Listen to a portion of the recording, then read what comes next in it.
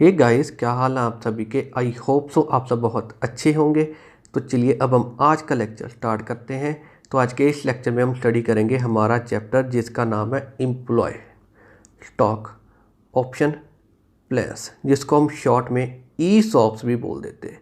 तो अब आप क्या करें, अब आप अपने रजिस्टर में लिखें चैप्टर जिसका नाम है एम्प्लॉय स्टॉक ऑप्शन प्लान्स, साथ में ESOP लिख लें ब्रैकेट में। क्लियर है। तो चलिए अब हम हमारा ये वाला चैप्टर स्टडी करना स्टार्ट करते हैं। तो सबसे पहले मैं आपको यहाँ पे बताता हूँ कि sir employ stock option plan यानी कि ESOPs होता क्या है। क्लियर है। तो इसके लिए ना मैंने यहाँ पे एग्जांपल क्रिएट की हुई है। इस एग्जांपल को यहाँ पे अच्छे से सुनना, इसकी हेल्प से मैं आपको यहाँ पे एक्सप्लेन करूँगा कि एम्प्लॉय स्टॉक ऑप्शन प्लान यानी कि ESOPs होता क्या है। क्लियर है। तो चलिए इसको स्टार्ट करते हैं। अब अज्यूम करो सर मेरी एक कंपनी है जिसका नाम है प्रभजोत लिमिटेड। ठीक है। अब अज्यूम करो मैं ना यहाँ पे खड़ा हूँ 1/4/11 पे। ठीक है। और 1/4/11 को मैंने अपने एम्प्लॉयज़ को कहा कि एम्प्लॉयज़ जी आप मेरी कंपनी में ना कंटिन्यूसली 3 साल तक काम कीजिए, तो मैं आपको अपने शेयर्स सस्ते दाम पे दूंगा, सस्ते दाम पे दूंगा। अभी जो हमारे शेयर का मार्केट प्राइस है 80, तो मैं आपको अपना एक शेयर 20 रुपये पे दूंगा, यानी कि मैं आपको एक शेयर के पीछे 60 रुपये का बेनिफिट प्रोवाइड करूंगा, यानी कि कंपनसेशन प्रोवाइड करूंगा ₹60। ठीक है जी। तो मैंने अपने एम्प्लॉयज़ को क्या कहा 1/4/11 को कि आप मेरी कंपनी में कंटिन्यूसली 3 साल तक काम कीजिए, तो मैं आपको अपने शेयर सस्ते दाम पे दूंगा। अभी जो हमारा शेयर है उसकी मार्केट प्राइस यहाँ पे 80 है, तो मैं आपको एक शेयर 20 रुपये पे दूंगा, तो मैं आपको एक शेयर के पीछे 60 रुपये का बेनिफिट प्रोवाइड करूंगा, यानी कि कंपनसेशन प्रोवाइड करूंगा यहाँ पे 60 का। क्लियर है। ठीक है जी। तो मैंने 1/4/11 को अपने एम्प्लॉयज़ को ये कहा, तो 3 साल यहाँ तक कंप्लीट होंगे 31 मार्च 14 तक। इसका मतलब मैंने अपने एम्प्लॉयज़ को कहा कि आप हमारी कंपनी में 31 मार्च 14 तक काम कीजिए, तो मैं आपको अपने शेयर सस्ते दाम पे दूंगा। ठीक है। इसके बाद मैंने अपने एम्प्लॉयज़ को कहा कि 3 साल कंप्लीट होने के बाद आपके पास पूरा एक साल है, यानी कि 31 मार्च 15 तक आपके पास पूरा यहाँ पे एक साल है। आप इस एक साल में कभी भी हमारे पास ये 20 रुपीज़ के अकॉर्डिंगली पैसे लेके आना, और हम आपको यहाँ पे शेयर इशू कर देंगे। क्लियर है। मैंने अपने एम्प्लॉयज़ को क्या कहा, 3 साल के बाद आपके पास पूरा एक साल है 31 मार्च 15 तक। आप इस पूरे एक साल में कभी भी 20 रुपीज़ के अकॉर्डिंगली हमारे पास पैसे लेके आना, और हम आपको शेयर इशू कर देंगे। क्लियर है। ठीक है जी। अब यहाँ पे इस पूरी चीज़ को बोला जाता है एम्प्लॉय स्टॉक ऑप्शन प्लान्स। अच्छा जी। अब यहाँ पे इसको सर ऑप्शन क्यों बोला जाता है, क्योंकि यहाँ पे एम्प्लॉय के पास ऑप्शन है, यहाँ पे एम्प्लॉयज़ के पास ऑप्शन है कि वो शेयर ले भी सकते हैं अगर वो लेना चाहते हैं। अगर वो नहीं लेना चाहते तो यहाँ पे उसके ऊपर कोई कंपल्शन नहीं है, यानी कि कोई ऑब्लिगेशन नहीं है। तो यहाँ पे ना एम्प्लॉयज़ के पास ऑप्शन है, अगर वो शेयर लेना चाहते हैं तो ले सकते हैं, अगर वो नहीं लेना चाहते तो वो ना लें। इसलिए इसको एम्प्लॉय स्टॉक ऑप्शन प्लान्स बोला जाता है। क्लियर है। तो ESOPs क्या होता है मैंने आपको यहाँ पे बहुत अच्छे से एक्सप्लेन कर दिया। ठीक है। अब ये जो टर्म्स हैं सभी की सभी, अब मैं आपको यहाँ पे ये भी एक्सप्लेन कर देता हूँ, इसको बहुत अच्छे से सुनना। लेकिन इससे पहले मैं आपको यहाँ पे बताता हूँ कि sir companies employ stock option plans ये सर लेके क्यों आती हैं। अब मैं आपको ये बताता हूँ, इसके बाद ये जो टर्म्स है मैं आपको यहाँ पे सारी चीज़ें बताऊँगा। ठीक है। तो company employ stock option plans sir लेके क्यों आती हैं, सो डैट वो अपने एम्प्लॉयज़ को अपनी कंपनीज में रिटेन कर सकें, यानी कि उसके एम्प्लॉय छोड़ के ना जाएं। इसलिए वो एम्प्लॉय स्टॉक ऑप्शन प्लान्स लेके आती हैं। देखो इससे क्या होता है, जैसे कि मैंने कहा अपने एम्प्लॉयज़ को कि आप 3 साल तक कंटिन्यूसली हमारी कंपनी में काम कीजिए, हम आपको अपने शेयर सस्ते दाम पे देंगे। तो यहाँ पे ना एम्प्लॉयज़ के मन में एक लालच आ जाता है कि अगर हम यहाँ पे 3 साल कंटिन्यूसली काम कर लें तो हमें यहाँ पे कंपनी के शेयर सस्ते दाम पे मिलेंगे। इसीलिए वो इसी लालच के कारण 3 साल कंटिन्यूसली काम कर लेते हैं, और यहाँ पे फिर कंपनी क्या करती है, अपने एम्प्लॉयज़ को अपनी कंपनीज में रिटेन करने में सक्सेसफुल हो जाती है। ठीक है जी। तो एम्प्लॉय यहाँ पे छोड़ के नहीं जाते, तो इसीलिए यहाँ पे company employ stock option plans लेके आती है। क्लियर है। तो अब एम्प्लॉय स्टॉक ऑप्शन प्लान्स यानी कि ESOPs होता क्या है मैंने आपको ये बता दिया। कंपनी ये प्लान्स लेके क्यों आती है मैंने आपको ये भी बता दिया। अब ये जो टर्म्स हैं सभी की सभी, अब मैं आपको ये बताता हूँ, अब इसको यहाँ पे बहुत अच्छे से सुनना। तो सबसे पहले हम यहाँ पे देखते हैं कि sir market price of share क्या होता है। जो हमारे शेयर का मार्केट प्राइस है उसको बोलते हैं मार्केट प्राइस ऑफ शेयर, और वो यहाँ पे कितना है 80। ठीक है जी। इसके बाद सर एक्सरसाइज प्राइस क्या होता है? एक्सरसाइज प्राइस, जिस प्राइस पे हमने अपने एम्प्लॉयज़ को शेयर ऑफर किया है उसको बोलते हैं एक्सरसाइज प्राइस, और वो यहाँ पे कितना है 20। इसके बाद सर कंपनसेशन प्रोवाइड क्या होता है? सर कंपनसेशन प्रोवाइड, जो हमने अपने एम्प्लॉयज़ को बेनिफिट प्रोवाइड किया है उसी को बोल देते हैं कंपनसेशन प्रोवाइड, और वो यहाँ पे कितना है 60। देखो 80 का शेयर हम 20 पे दे रहे हैं, तो यहाँ पे हम बेनिफिट कितना प्रोवाइड कर रहे हैं 60, तो इसी को बोल देते हैं यहाँ पे कंपनसेशन प्रोवाइड। ठीक है जी, हमने अपने एम्प्लॉयज़ को इसका मतलब कंपनसेशन प्रोवाइड 60 का किया है। ठीक है, इसके बाद 1/4/11 क्या है? हमारी डेट ऑफ कॉन्ट्रैक्ट, क्योंकि इस डेट को हम अपने एम्प्लॉयज़ को कह रहे हैं कि आप एम्प्लॉयज़ ही हमारे पास कंटिन्यूसली 3 साल तक काम कीजिए तो हम आपको अपने शेयर सस्ते दाम पे देंगे। इसके बाद 3 साल कंप्लीट होने के बाद आपके पास पूरा यहाँ पे 1 साल है, आप कभी भी हमारे पास पैसे लेके आना और हम आपको शेयर इशू कर देंगे। ठीक है जी, तो हम यहाँ पे 1/4/11 को अपने एम्प्लॉयज़ के साथ यहाँ पे कॉन्ट्रैक्ट कर रहे हैं, इसलिए इसको बोला जाता है यहाँ पे 1/4/11 को बोला जाता है डेट ऑफ कॉन्ट्रैक्ट। और ये जो 3 साल है इसको बोला जाता है यहाँ पे वेस्टिंग पीरियड। इसके बाद ये जो 1 साल है इसको बोला जाता है यहाँ पे एक्सरसाइज पीरियड। क्लियर है? तो अब यहाँ पे ये सभी के सभी टर्म्स क्या हैं मैंने आपको अच्छे से एक्सप्लेन कर दिया, तो यहाँ तक हमारी ये चीज़ बिल्कुल कंप्लीट है। सो अब मैंने आपको यहाँ पे अच्छे से एक्सप्लेन कर दिया कि एम्प्लॉय स्टॉक ऑप्शन प्लान्स क्या होता है। इसके बाद सर ये प्लान्स कंपनी लेके क्यों आती है, मैंने आपको ये भी एक्सप्लेन कर दिया। इसके बाद ये टर्म्स क्या हैं सभी की सभी, ये भी मैंने आपको यहाँ पे अच्छे से एक्सप्लेन कर दिया। तो अब यहाँ पे हमारे पास यहाँ तक ये चीज़ बिल्कुल कंप्लीट है। सो अब हम क्या करते हैं, अब हम लिखते हैं सर इस चैप्टर के बेसिक पॉइंट्स। तो अब आप क्या करें, अब आप अपने रजिस्टर में हेडिंग बनाएं बेसिक पॉइंट्स। तो चलिए अब हम इस चैप्टर के बेसिक पॉइंट्स लिखना स्टार्ट करते हैं। सो अब हम स्टार्ट करते हैं हमारा पॉइंट नंबर 1। तो ये है हमारा पॉइंट नंबर 1।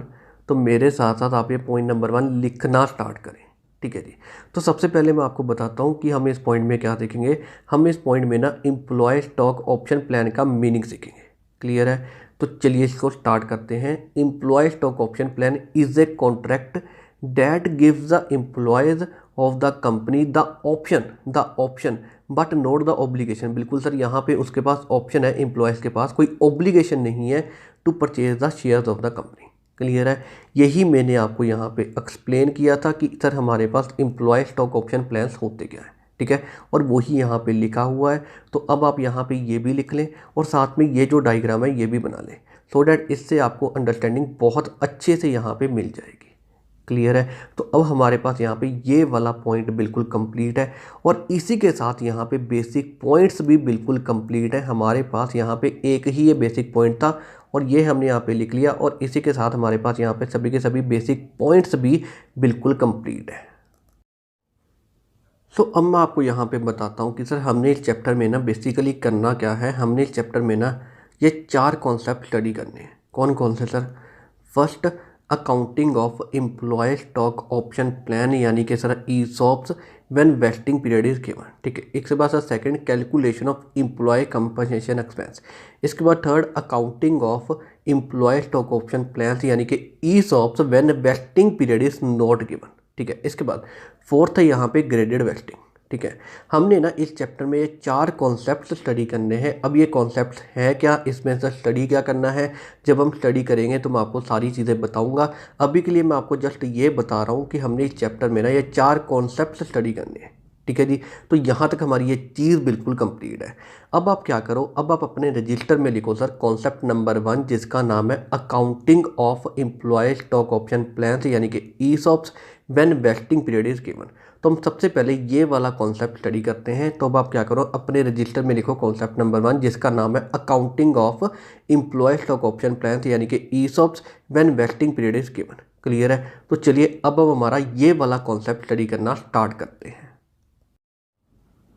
तो सबसे पहले मैं आपको यहाँ पे बताता हूँ कि सर हमने इस कॉन्सेप्ट में सीखना क्या है। हम इस कॉन्सेप्ट में ना एम्प्लॉय स्टॉक ऑप्शन प्लान्स, यानी कि ईसॉप्स की अकाउंटिंग सीखेंगे जब हमारे पास वेस्टिंग पीरियड गिवन हो।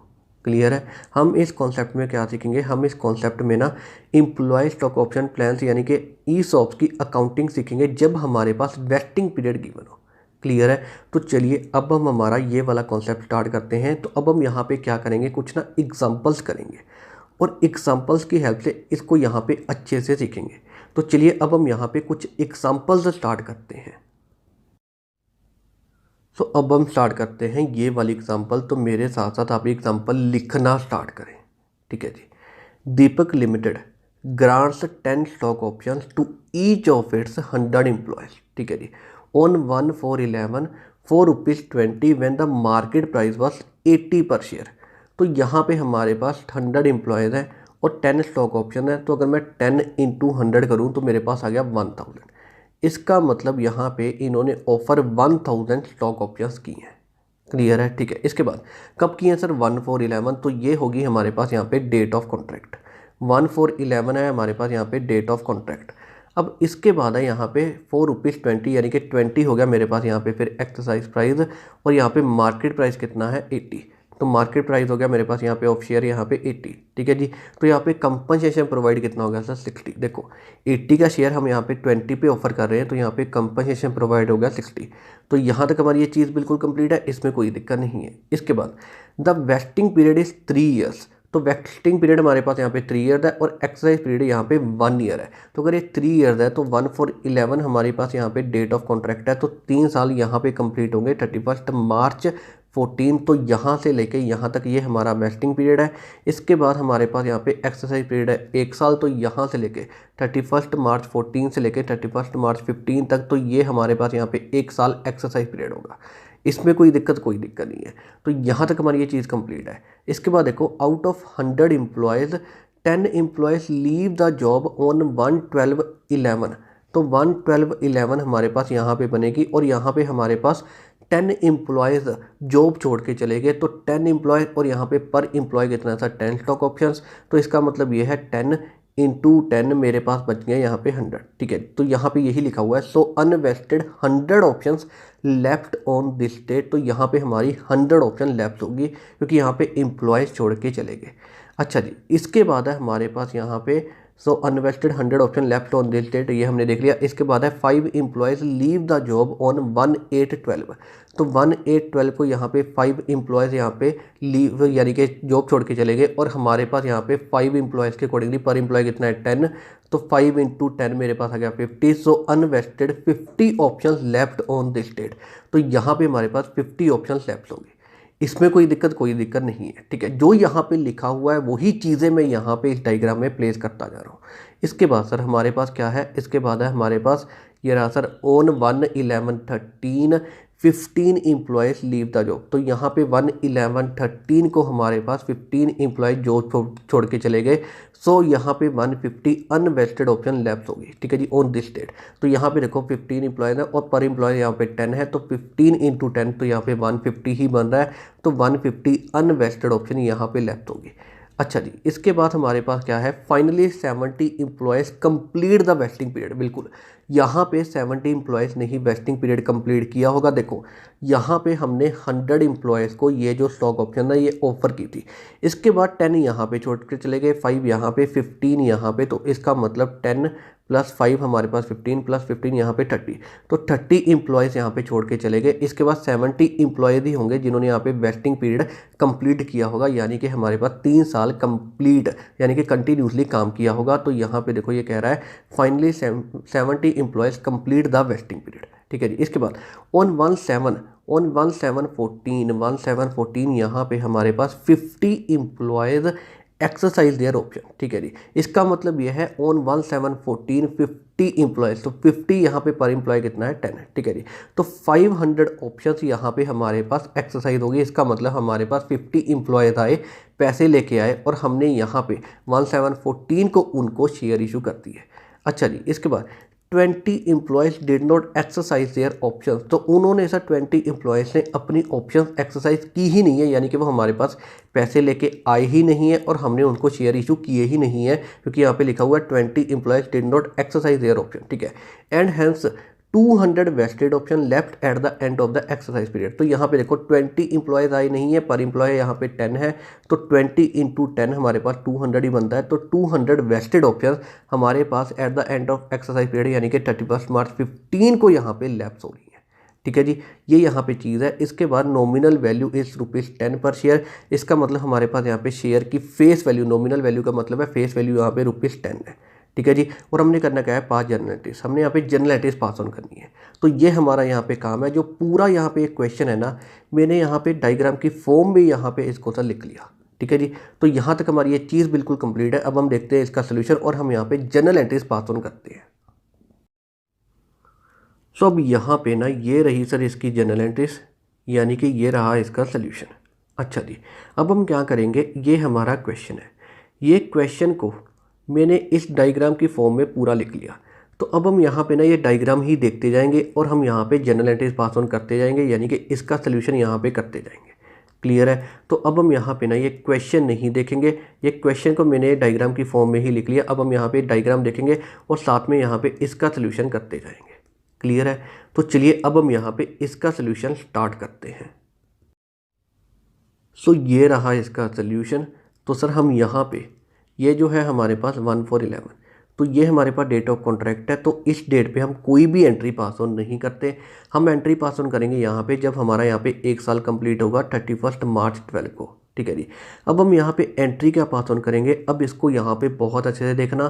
तो ये रहा हमारे पास statement showing employees compensation expense to be recognised. ठीक है जी। अब यहाँ पे 31 मार्च 12, तो यहाँ पे अगर number of options vested, total compensation expense to be recognised till now, compensation expense recognised previously, compensation expense to be recognised now. ठीक है जी। अब यहाँ पे ये किस तरीके से कैलकुलेशन होगी, इसको बहुत अच्छे से देखना। देखो अब मैं यहाँ पे खड़ा हूँ 31 मार्च 12 को, तो मेरा यहाँ पे 1 साल कंप्लीट हुआ है। ठीक है। अब मेरे पास सर यहाँ पे कितने ऑप्शंस अवेलेबल होंगे, द आंसर इज 900। देखो यहाँ पे हमने अपने एम्प्लॉयज़ को 1000 ऑप्शंस ऑफर किए थे। ठीक है जी। इसके बाद यहाँ पे हमारी ऑप्शंस 100 लैप्स हो चुकी हैं, यानी कि हमारी एम्प्लॉय छोड़ के चले गए, तो हमारी यहाँ पे 100 ऑप्शन लैप्स होगी।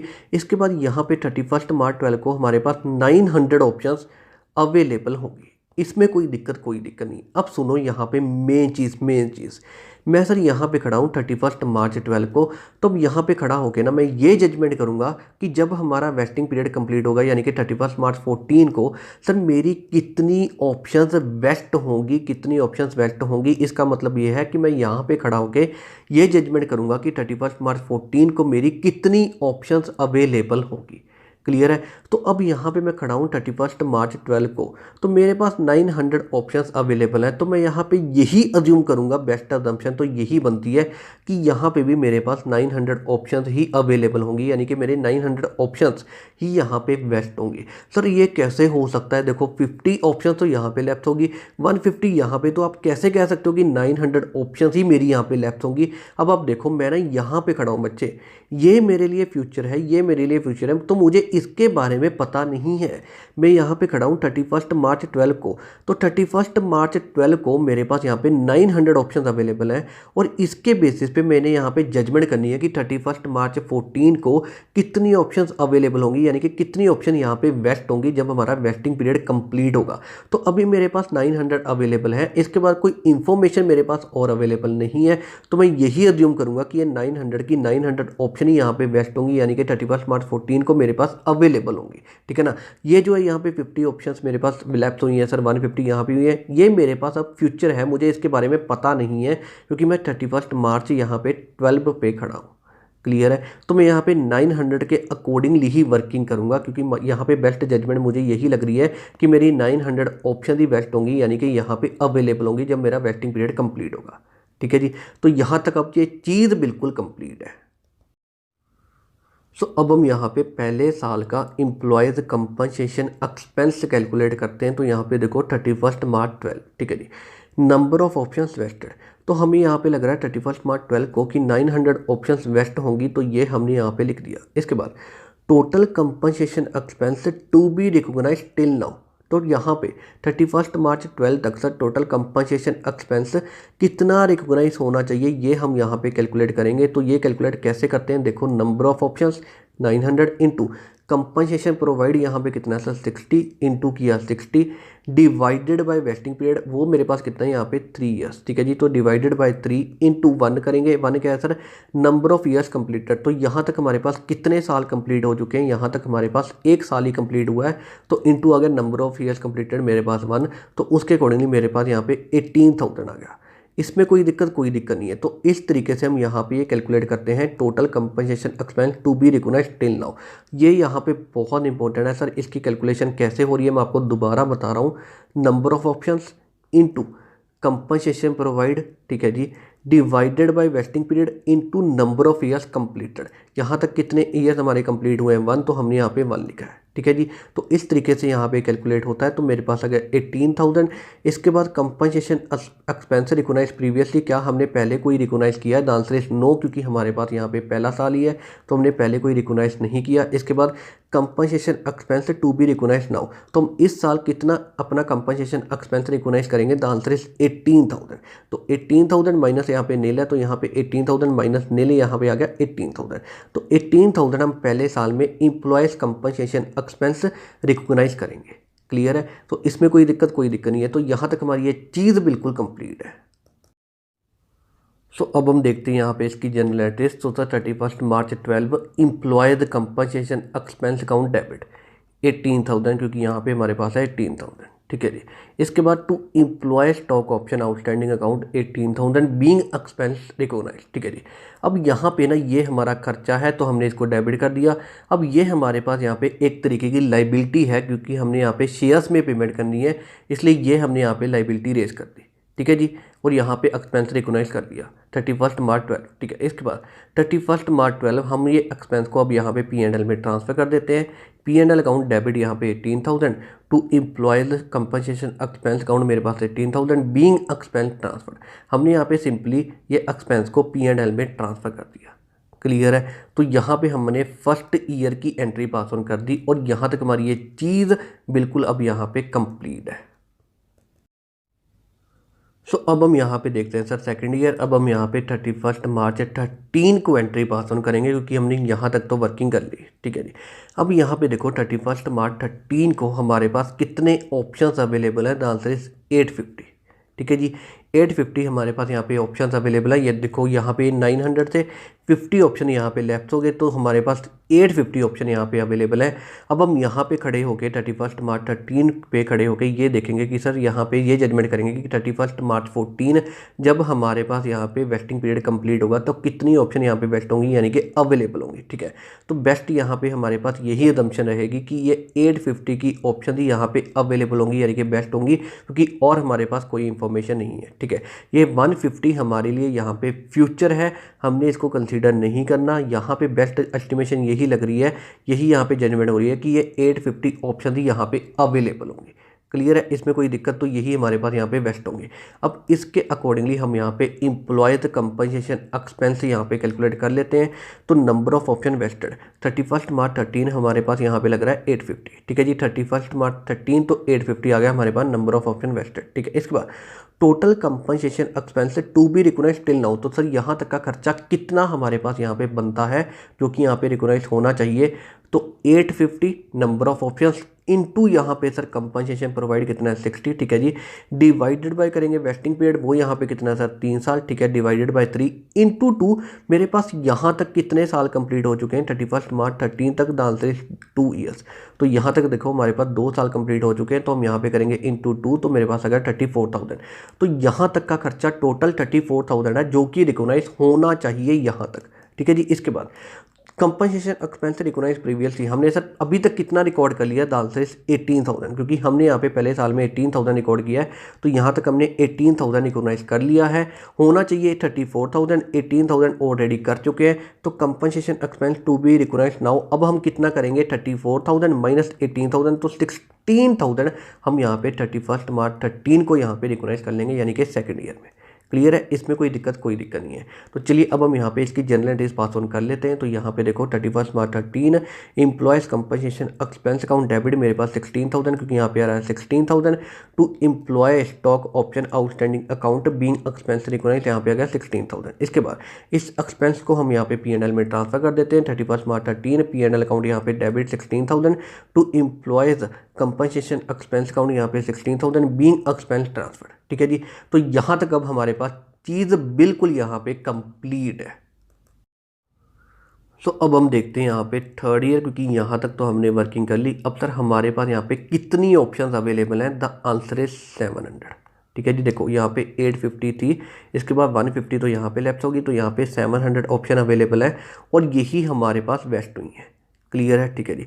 अब हम यहाँ पे इसके अकॉर्डिंगली ही खर्चा कैलकुलेट कर लेते हैं। तो अब यहाँ पे देखो एम्प्लॉयज़ कंपनसेशन एक्सपेंस 31 मार्च 14, तो नंबर ऑफ ऑप्शन वेस्टेड यहाँ पे कितने हैं सर 700, तो total compensation expense to be recognised till now, तो सर यहाँ तक हमारा टोटल कंपनसेशन एक्सपेंस कितना रिकॉग्नाइज होना चाहिए, तो 700 यानी कि नंबर ऑफ ऑप्शन, ठीक है जी, इनटू कंपनसेशन प्रोवाइड यहाँ पे 60 है, ठीक है जी, into 60 divided by vesting period हमारे पास यहाँ पे 3 साल है, into number of years completed, sir यहाँ तक कितने साल कंप्लीट हो गए 3 साल, क्योंकि यहाँ तक हमारे पास 3 साल कंप्लीट हो चुके हैं, तो इंटू कर दिया 3, मेरे पास आ गया 42,000। तो यहाँ तक हमारा खर्चा 42,000 का रिकॉग्नाइज होना चाहिए। इसके बाद कंपनसेशन एक्सपेंस रिकॉग्नाइज प्रीवियसली हमने अभी तक सर कितना रिकॉग्नाइज किया है पहले, तो हमने 18,000 पहले साल में किया है, 16,000 दूसरे साल में किया है, तो 34,000 इन दोनों का टोटल करेंगे तो 34,000 हमने अभी तक पिछले सालों में रिकॉग्नाइज किया है। ठीक है जी, बिल्कुल ठीक है। इसके बाद तो करंट ईयर में हम कितना कर लेंगे, तो compensation expense to be recognise now 42,000 हमारे पास यहाँ तक होना चाहिए। ठीक है जी, अभी तक हमने पिछले सालों में कितना किया है 34,000, तो 42,000 माइनस 34,000 मेरे पास आ गया 18,000, जो कि हम थर्ड ईयर में यानी कि 31 मार्च 14 को रिकॉग्नाइज करेंगे। तो ये हम यहाँ पे 88,000 के अकॉर्डिंगली काम करेंगे। तो मैं अब यहाँ पे जनरेटरी पास ऑन कर लेते हैं। 31 March 14 employees compensation expense account debit यहाँ पे 8,000 to employees stock option outstanding account मेरे पास आ गया 8,000 बीइंग एक्सपेंस रिकॉग्नाइज। अब हम यहाँ पे इस एक्सपेंस को P&L में ट्रांसफर कर देते हैं। 31 मार्च 14 P&L अकाउंट यहाँ पे डेबिट आ गया 8,000 to employees compensation expense account यहाँ पे गया 8,000 बीइंग एक्सपेंस ट्रांसफर। क्लियर है। तो अब हमारे पास यहाँ तक ये चीज़ बिल्कुल यहाँ पे कंप्लीट है। अब इसके बाद है हमारे पास यहाँ पे 1714, क्योंकि यहाँ तक तो हमने वर्किंग कर ली। इसके बाद है 1714, तो यहाँ पे 500 ऑप्शन एक्सरसाइज हुई हैं। तो अब हमने यहाँ पे इसके रिगार्डिंग में जनरेटिव पास ऑन करनी है। ठीक है जी। तो अब हम यहाँ पे क्या करते हैं, सबसे पहले ना employ stock option outstanding account जो हमारा है, हम यहाँ पे इसको डिक्रीज करते हैं। अच्छा जी, डिक्रीज कैसे करते हैं सर, डेबिट करके। ठीक है जी। अब किस अमाउंट से करते हैं, हम यहाँ पे number of options into compensation provide की कैलकुलेशन करते हैं, और जो हमारे पास यहाँ पे अमाउंट कैलकुलेट होके आती है उससे हम यहाँ पे employee stock option outstanding account को यहाँ पे डिक्रीज कर देते हैं। ठीक है जी, ये देखो 1714 employee stock option outstanding account 500 हमारे पास नंबर ऑफ ऑप्शन है। ठीक है जी, इनटू कंपनसेशन प्रोवाइड हमारे पास यहाँ पे 60 है, तो मेरे पास यहाँ पे डेबिट आ गया 30,000। ठीक है जी, तो ये हमने यहाँ पे डिक्रीज कर दिया डेबिट करके। तो यहाँ तक हमारी ये चीज़ बिल्कुल कंप्लीट है। इसके बाद जो हमने यहाँ पे अमाउंट रिसीव की है अपने एम्प्लॉय से, वो हम यहाँ पे डेबिट कर देते हैं। तो यहाँ पे देखो 500 ऑप्शंस एक्सरसाइज हुई हैं और यहाँ पे एक्सरसाइज प्राइस है 20। ठीक है जी, तो 500 इंटू 20 यहाँ पे अगर 10,000 जो हमने अपने एम्प्लॉय से रिसीव किया होगा, तो बैंक अकाउंट 500 इंटू 20 मेरे पास डेबिट करके आ गया 10,000। ये हमने अपने एम्प्लॉय से रिसीव किया होगा। ठीक है, इसके बाद हमने यहाँ पे शेयर इशू कर दिए होंगे। तो अब मेरे पास आ गया टू इक्विटी शेयर कैपिटल, यहाँ पे to equity share capital account, यहाँ पे सर 500 ऑप्शन एक्सरसाइज हुई है, तो हमने यहाँ पे 500 शेयर इशू किए होंगे।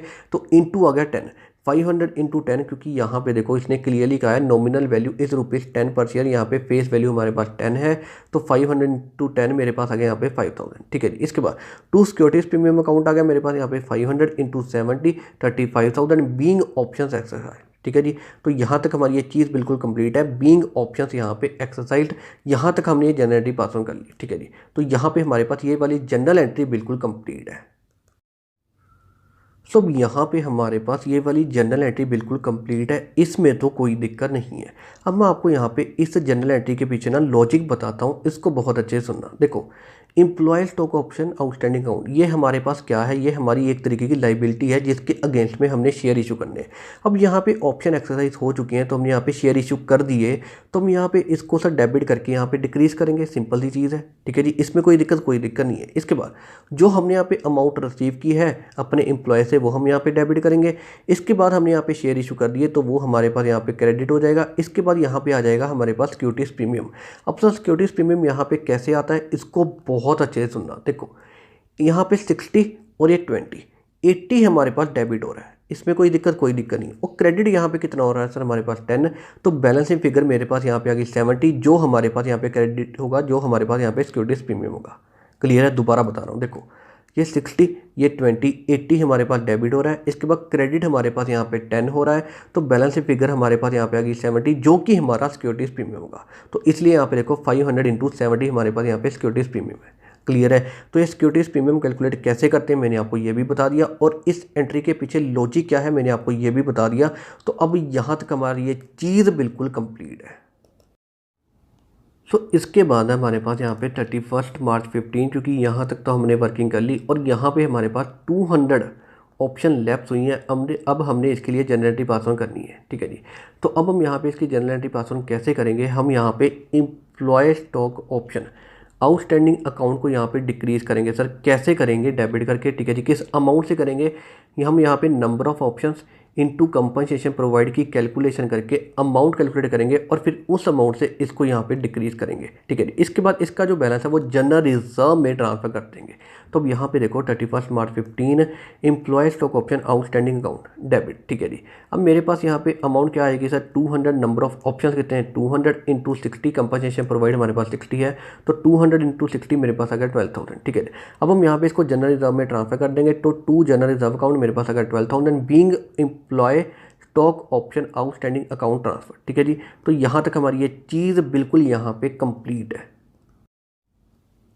अब यहाँ पे ना हमने जनरल एंट्री तो पास ऑन कर दी। अब इसके पीछे लॉजिक क्या है, अब मैं आपको ये बताता हूँ, इसको बहुत अच्छे से सुनना। देखो हमारे पास ना यहाँ पे 200 ऑप्शंस लैप्स हुई हैं, ठीक है जी। इसका मतलब हमने यहाँ पे ये 200 ऑप्शंस के लिए शेयर इशू नहीं करने, ठीक है जी। अगर हमने यहाँ पे शेयर इशू नहीं करने तो हमारे पास ये जो employee stock option outstanding account है, ये हमारी क्या है, ये हमारी एक तरीके की लाइबिलिटी है जिसके अगेंस्ट में हमने शेयर इशू करने हैं। और हम यहाँ पे शेयर इशू जब करेंगे ही नहीं तो हमारी यहाँ पे लाइबिलिटी कम हो जाएगी, इसलिए हमने इसको डेबिट कर दिया, ठीक है।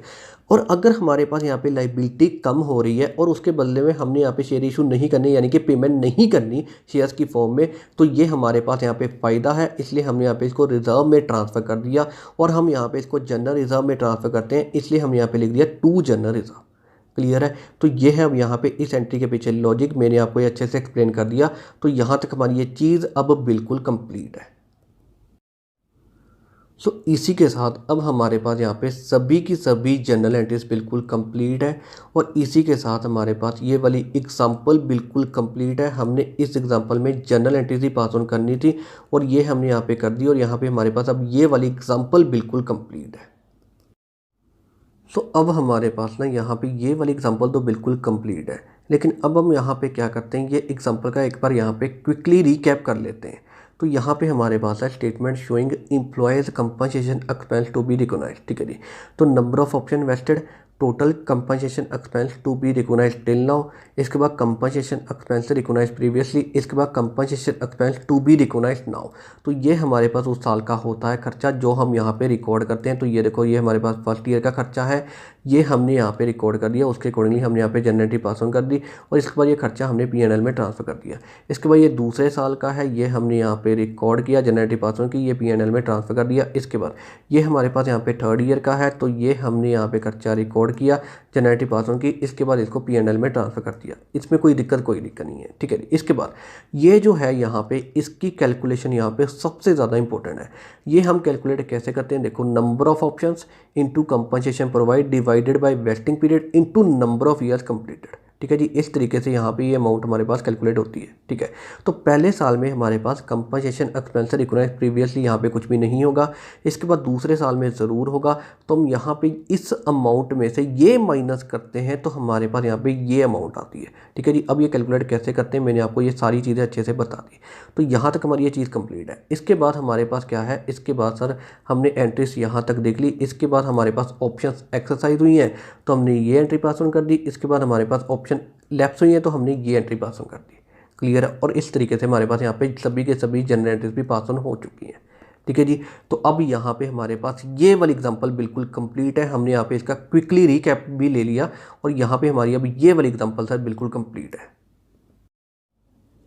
अब हमारे पास यहाँ पे ये वाली एग्जांपल सर बिल्कुल कंप्लीट है। और हमने यहाँ पे इस एग्जांपल की हेल्प से ये अच्छे से सीख लिया कि हम यहाँ पे एम्प्लॉय स्टॉक ऑप्शन प्लान्स यानी कि ESOPs की अकाउंटिंग कैसे करते हैं अगर हमारे पास वेस्टिंग पीरियड गिवन है।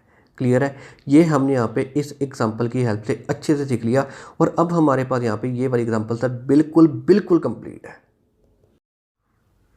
सो अब मैं आपको यहाँ पे ना एक चीज़ बताता हूँ, इसको यहाँ पे बहुत अच्छे से सुनना। देखो, कंपनसेशन प्रोवाइड ना हमारे पास दो तरह का होता है, एक इंट्रिंसिक वैल्यू ऑफ ऑप्शन, ठीक है जी, दूसरा फेयर वैल्यू ऑफ ऑप्शन, ठीक है जी। अब sir intrinsic value of option हमारे पास क्या होता है? इंट्रिंसिक वैल्यू ऑफ ऑप्शन हमारे पास वो कंपनसेशन प्रोवाइड होता है जिसको हम कैलकुलेट करते हैं with the help of market price of share, और हम यहाँ पे इसको कैलकुलेट कैसे करते हैं? Market price of share minus exercise price, ठीक है जी। और जो हमने अभी एग्जाम्पल की है ना, उसमें इसी के अकॉर्डिंगली हमने यहाँ पे वर्किंग की थी, क्योंकि वहाँ पे हमारे पास मार्केट प्राइस ऑफ शेयर ही गिवन था। क्लियर है, ठीक है जी। अब इसके बाद फेयर वैल्यू ऑफ ऑप्शन हमारे पास क्या होता है? फेयर वैल्यू ऑफ ऑप्शन हमारे पास वो कंपनसेशन प्रोवाइड होता है जिसको हम कैलकुलेट करते हैं with the help of fair value of share, और ये हम कैलकुलेट कैसे करते हैं? Fair value of share minus exercise price, ठीक है जी।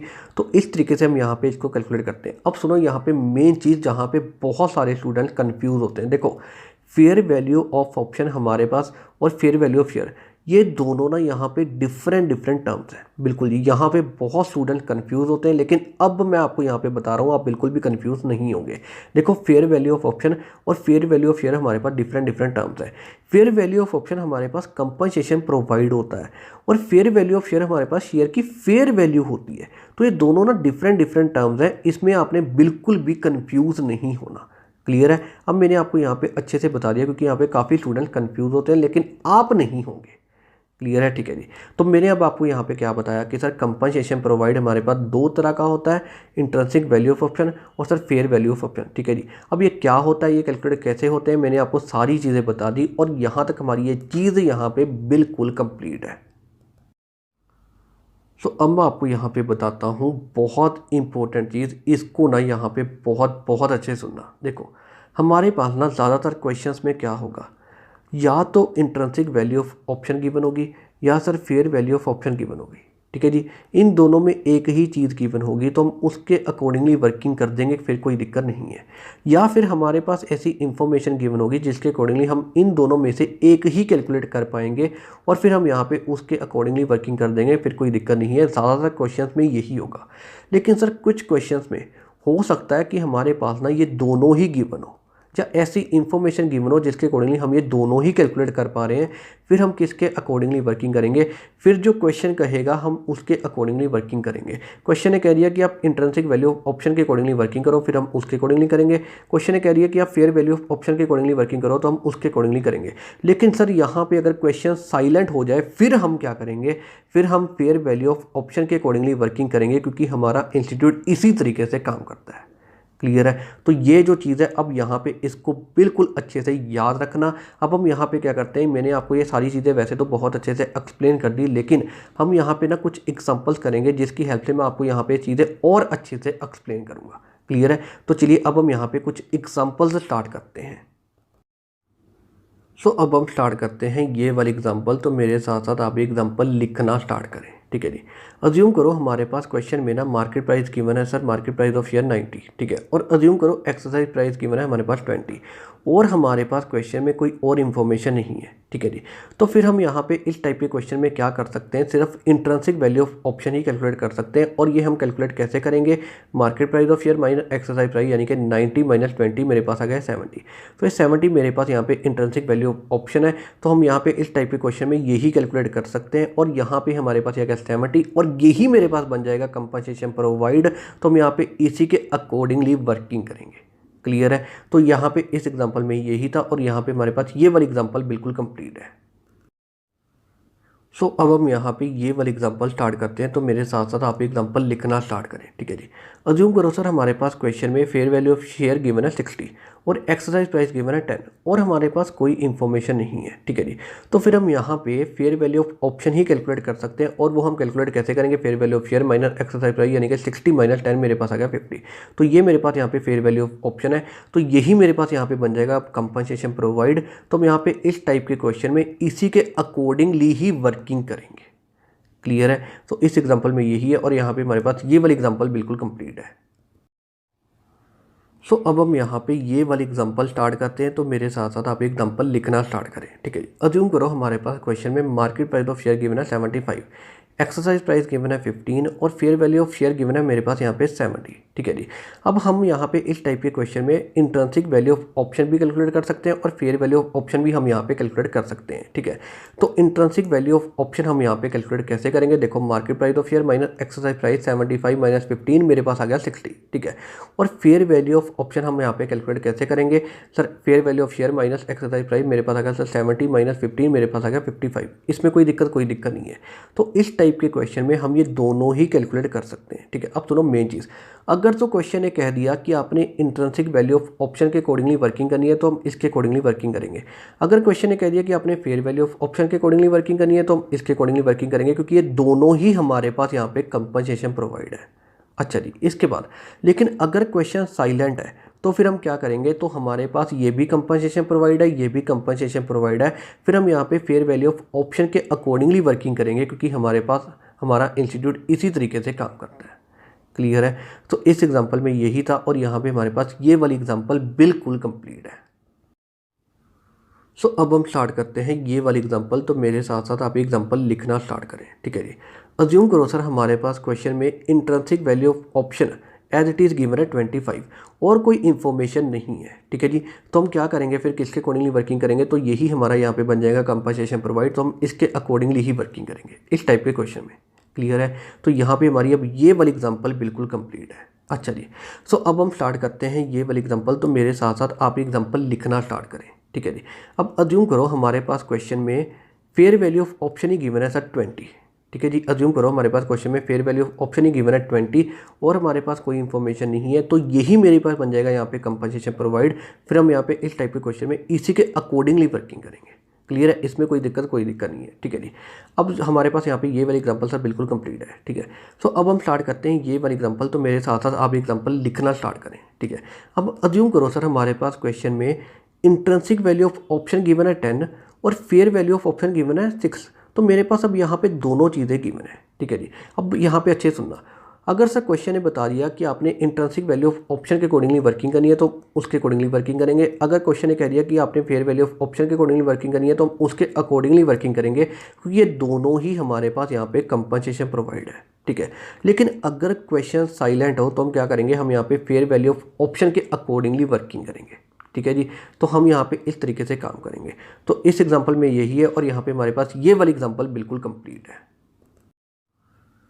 सो अब हमने यहाँ पे सारी चीज़ें बहुत अच्छे से सीख ली एग्जाम्पल्स की हेल्प से। ठीक है जी, सो अब मैं आपको यहाँ पे ना बिल्कुल फाइनल क्रक्स करके दे रहा हूँ, इसको अच्छे से सुनना। देखो, कंपनसेशन प्रोवाइड ना हमारे पास दो तरह का होता है, एक होता है इंट्रिंसिक वैल्यू ऑफ ऑप्शन और दूसरा होता है फेयर वैल्यू ऑफ ऑप्शन। ठीक है जी, अब sir intrinsic value of option हमारे पास क्या होता है, इंट्रिंसिक वैल्यू ऑफ ऑप्शन हमारे पास वो कंपनसेशन प्रोवाइड होता है जिसको हम कैलकुलेट करते हैं with the help of market price of share.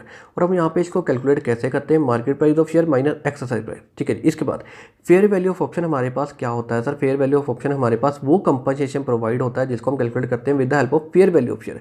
और हम यहाँ पे इसको कैलकुलेट कैसे करते हैं sir, fair value of share minus exercise price. Clear है, इसमें कोई दिक्कत नहीं है।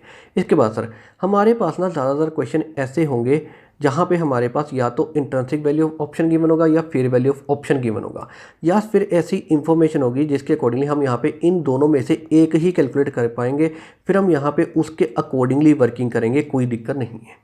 क्लियर है, ठीक है जी। लेकिन हमारे पास सर कुछ क्वेश्चंस ऐसे हो सकते हैं जहाँ पे हमारे पास ये दोनों ही गिवन होंगे या फिर ऐसी इंफॉर्मेशन गिवन होगी जिसके अकॉर्डिंगली हम ये दोनों ही कैलकुलेट कर पाएंगे।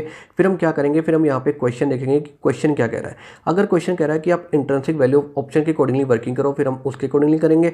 अगर क्वेश्चन कह रहा है कि आप फेयर वैल्यू ऑफ ऑप्शन के अकॉर्डिंगली वर्किंग करो, फिर हम उसके अकॉर्डिंगली करेंगे। लेकिन अगर यहाँ पे क्वेश्चन साइलेंट है, फिर हम यहाँ पे फेयर वैल्यू ऑफ ऑप्शन के अकॉर्डिंगली वर्किंग करेंगे, क्योंकि हमारा इंस्टीट्यूट इसी तरीके से काम करता है। क्लियर है, तो अब मैंने आपको यहाँ पे बिल्कुल फाइनल क्रक्स करके दे दिया, तो अब हमारे पास यहाँ पे सारी चीज़ें बिल्कुल कंप्लीट है। सो अब हमने यहाँ पे सर सारी चीज़ें बहुत अच्छे से सीख ली। सो अब हम यहाँ पे ना इस कॉन्सेप्ट के क्वेश्चंस स्टार्ट कर सकते हैं। तो चलिए अब हम यहाँ पे इस कॉन्सेप्ट के क्वेश्चंस स्टार्ट करते हैं। सो अब हम स्टार्ट करते हैं हमारा क्वेश्चन नंबर 11। तो ये हमारा क्वेश्चन है और सर ये इसका सोल्यूशन है, ये पूरा का पूरा इसका सोल्यूशन है, ये पूरा का पूरा इसका सोल्यूशन है। तो मेरे साथ साथ इसका सोल्यूशन नोट करते रहना। तो चलिए अब स्टार्ट करते हैं हमारा question number 11। Welcome limited grants 1000 options to its employees on 1/4/2010 at ₹60। ठीक है जी। तो यहाँ पे हमारे पास 1000 ऑप्शन है। ठीक है जी। और यहाँ पे हमारे पास 1/4/2010 यानी कि 1/4/10 हमारे पास डेट ऑफ कॉन्ट्रैक्ट है। और यहाँ पे जो 60 है ये हमारे पास बन गया यहाँ पे एक्सरसाइज प्राइस। इसके बाद the vesting period is 2.5 year. तो यहाँ पे हमारे पास जो वेस्टिंग पीरियड है वो 2.5 है।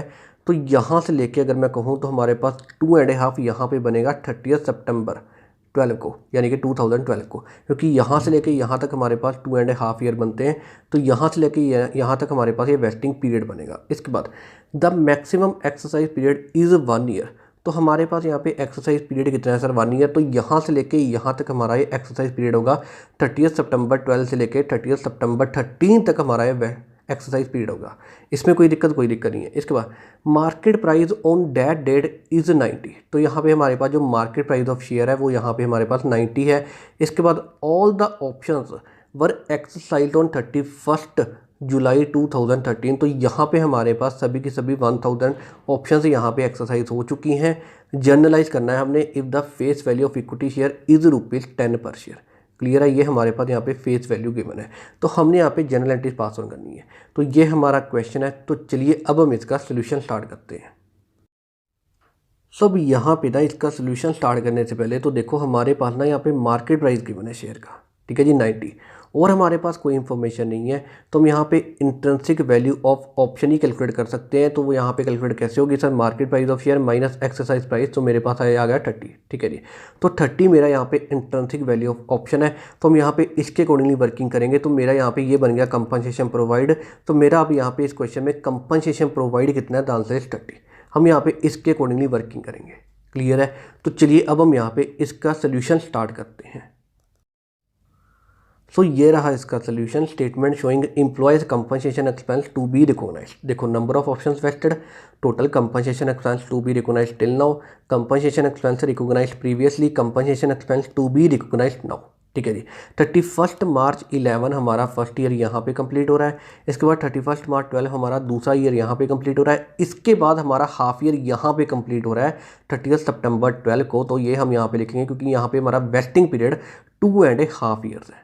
क्लियर है? तो यहाँ तक हमारी ये चीज़ बिल्कुल कंप्लीट है। तो अब हम यहाँ पे पहले साल का एम्प्लॉयज़ कंपनसेशन एक्सपेंस कैलकुलेट करते हैं। तो यहाँ पे देखो हमने यहाँ पे 1000 ऑप्शंस ऑफर की थी। ये देखो 1000। इसके बाद कोई भी यहाँ पे लैप्स नहीं हुई है। तो यहाँ पे भी 1000 ऑप्शन ही एज इट इज़ अवेलेबल होंगी। ठीक है।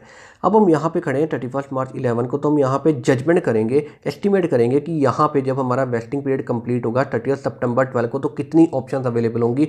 तो और हमारे पास कोई इन्फॉर्मेशन नहीं है। तो हम यहाँ पे यही अज्यूम करेंगे कि यही हमारे पास यहाँ पे अवेलेबल होंगी। तो 1000 के अकॉर्डिंगली हम यहाँ पे एम्प्लॉयज़ कंपनसेशन एक्सपेंस कैलकुलेट कर देते हैं। तो यहाँ पे देखो नंबर ऑफ ऑप्शन वेस्टेड हमारे पास आ गया 1000। ठीक है जी। इसके बाद total compensation expense to be recognised till now. तो ये हम कैलकुलेट कैसे करते हैं sir? Number of options into compensation provide. हमारे पास यहाँ पे कितना है? 30। ये देखो 90 माइनस 60 मेरे पास आ गया यहाँ पे 30। ठीक है जी। डिवाइडेड बाय वेस्टिंग पीरियड मेरे पास कितना है? 2.5 ईयर। ये देखो 2.5 ईयर्स। ठीक है जी। इसके बाद into number of years completed. तो यहाँ तक सर कितने ईयर कंप्लीट हो चुके हैं? 1 यहाँ पे कंप्लीट हो चुका है। तो मेरे पास आ गया अब ये कैलकुलेशन करने के बाद 12,000। इसके बाद कंपनसेशन एक्सपेंस रिकॉग्नाइज प्रीवियसली कोई हमारे पास यहाँ पे नहीं है क्योंकि ये हमारे पास पहला ही साल है। इसके बाद compensation expense to be recognise now यहाँ पे आ जाएगा 12,000। इसमें कोई दिक्कत नहीं है। सिंपली चीज़ है 12,000 माइनस नील हमारे पास यहाँ पे 12,000 ही आ जाएगा। क्लियर है? तो हम पहले साल में इतना कंपनसेशन एक्सपेंस यहाँ पे रिकॉग्नाइज करेंगे। तो अब हम यहाँ पे इसकी जनरल एंट्री पास ऑन कर देते हैं। तो यहाँ पे देखो 31 March 11 employees compensation expense debit हमारे पास आ गया 12,000 to employee stock option outstanding account यहाँ पे आ गया 12,000 बीइंग एक्सपेंस रिकॉग्नाइज्ड। अब इसके बाद ये जो एक्सपेंस है हम इसको P&L में ट्रांसफर कर देते हैं। 31 March 11 P&L account debit 12,000 to employees compensation expense account 12,000 being expense transfer. Clear है? तो यहाँ तक हमारी ये चीज़ बिल्कुल यहाँ पे कंप्लीट है। तो इसके बाद देखते हैं हम यहाँ पे सेकंड ईयर। तो यहाँ पे देखो 31 मार्च 12। ठीक है जी। तो कोई भी ऑप्शन हमारे पास यहाँ पे लैप्स नहीं हुई है। तो यहाँ पे भी 1000 एज इट इज़ अवेलेबल होंगी। और हम यहाँ पे एस्टिमेट करेंगे, यानी कि यहाँ खड़े हो गए हम यहाँ पे जजमेंट करेंगे जब हमारा वेस्टिंग पीरियड कंप्लीट होगा तो कितनी ऑप्शंस अवेलेबल होंगी, यानी कि कितनी ऑप्शन वेस्ट होंगी, तो यही यहाँ पे वेस्ट हो जाएंगी। यही हमारी यहाँ पे बेस्ट जजमेंट है, क्योंकि और कोई इन्फॉर्मेशन नहीं है। तो इसके अकॉर्डिंगली हम यहाँ पे एम्प्लॉयज़ कंपनसेशन एक्सपेंस कैलकुलेट कर लेते हैं। तो यहाँ पे देखो नंबर ऑफ ऑप्शन वेस्टेड हमारे पास आ गया 1000, ठीक है जी। Total compensation expense to be recognised till now, तो ये हम कैलकुलेट कैसे करते हैं, number of options into compensation provide divided by vesting period into number of years completed. तो यहाँ तक हमारे 2 साल कंप्लीट हो चुके हैं, तो मेरे पास आ गया 24,000, ठीक है। कंपनसेशन एक्सपेंस रिकॉग्नाइज प्रीवियसली, हमने यहाँ पे पिछले साल 12,000 रिकॉर्ड कर लिया, तो ये हम यहाँ पे लिख देंगे। इसके बाद अब हम करंट ईयर में कितना करेंगे, compensation expense to be recognised now, तो हम यहाँ पे सर कितना करेंगे, 24,000 माइनस 12,000, मेरे पास आ गया 12,000, ठीक है जी। तो यहाँ पे आप इसकी एंट्री पास ऑन कर देते हैं। 31 March 12 employees compensation expense account debit 12,000 to employee stock option outstanding account, मेरे पास आ गया 12,000 बीइंग एक्सपेंस रिकॉग्नाइज्ड। अब हम यहाँ पे एक्सपेंस को P&L में ट्रांसफर कर देते हैं, सिंपल सी चीज़ है। 31 मार्च 12 P&L अकाउंट यहाँ पे डेबिट हो गया sir 12,000 to employees compensation expense account, यहाँ पे अगर 12,000 बीइंग एक्सपेंस ट्रांसफर, ठीक है जी। इसमें कोई दिक्कत नहीं है। तो यहाँ तक हमारी ये चीज़ बिल्कुल कंप्लीट है। अब इसके बाद हमारे पास यहाँ पे नेक्स्ट हाफ ईयर, ठीक है जी, क्योंकि यहाँ पे हमारा वेस्टिंग पीरियड 2.5 ईयर है। तो इसके बाद हम यहाँ पे नेक्स्ट हाफ ईयर कंसीडर करेंगे, और वो कंप्लीट होता है 30 सितंबर 12 को। अब यहाँ पे सर कितनी ऑप्शंस वेस्ट हुई हैं, द आंसर इज 1000, पूरी की पूरी, क्योंकि यहाँ पे कोई भी ऑप्शन लैप्स नहीं हुई है, तो ये पूरी की पूरी ही वेस्ट हो चुकी हैं, ठीक है जी। अब हम यहाँ पे इसके accordingly employees compensation expense calculate कर देते हैं। तो यहाँ पे देखो 30 सितंबर हमारे पास 12, नंबर ऑफ ऑप्शन वेस्टेड कितना है सर 1000। इसके बाद total compensation expense to be recognised till now, ठीक है जी। तो number of options into compensation provide divided by vesting period into number of years completed, यहाँ पे कितने हो गए सर 2.5, तो ये हमने यहाँ पे कंसिडर कर लिया, मेरे पास आ गया 30,000। इसके बाद कंपनसेशन एक्सपेंस रिकॉग्नाइज प्रीवियसली, हमने सर पहले कितना रिकॉर्ड किया है, देखो पहले साल में 12,000, इसके बाद ये 12,000, तो टोटल आ गया मेरे पास 24,000, ये हमने यहाँ पे कंसिडर किया। इसके बाद compensation expense to be recognise now, तो 30,000 माइनस 24,000, मेरे पास आ गया 6,000, ये हम यहाँ पे रिकॉग्नाइज करेंगे।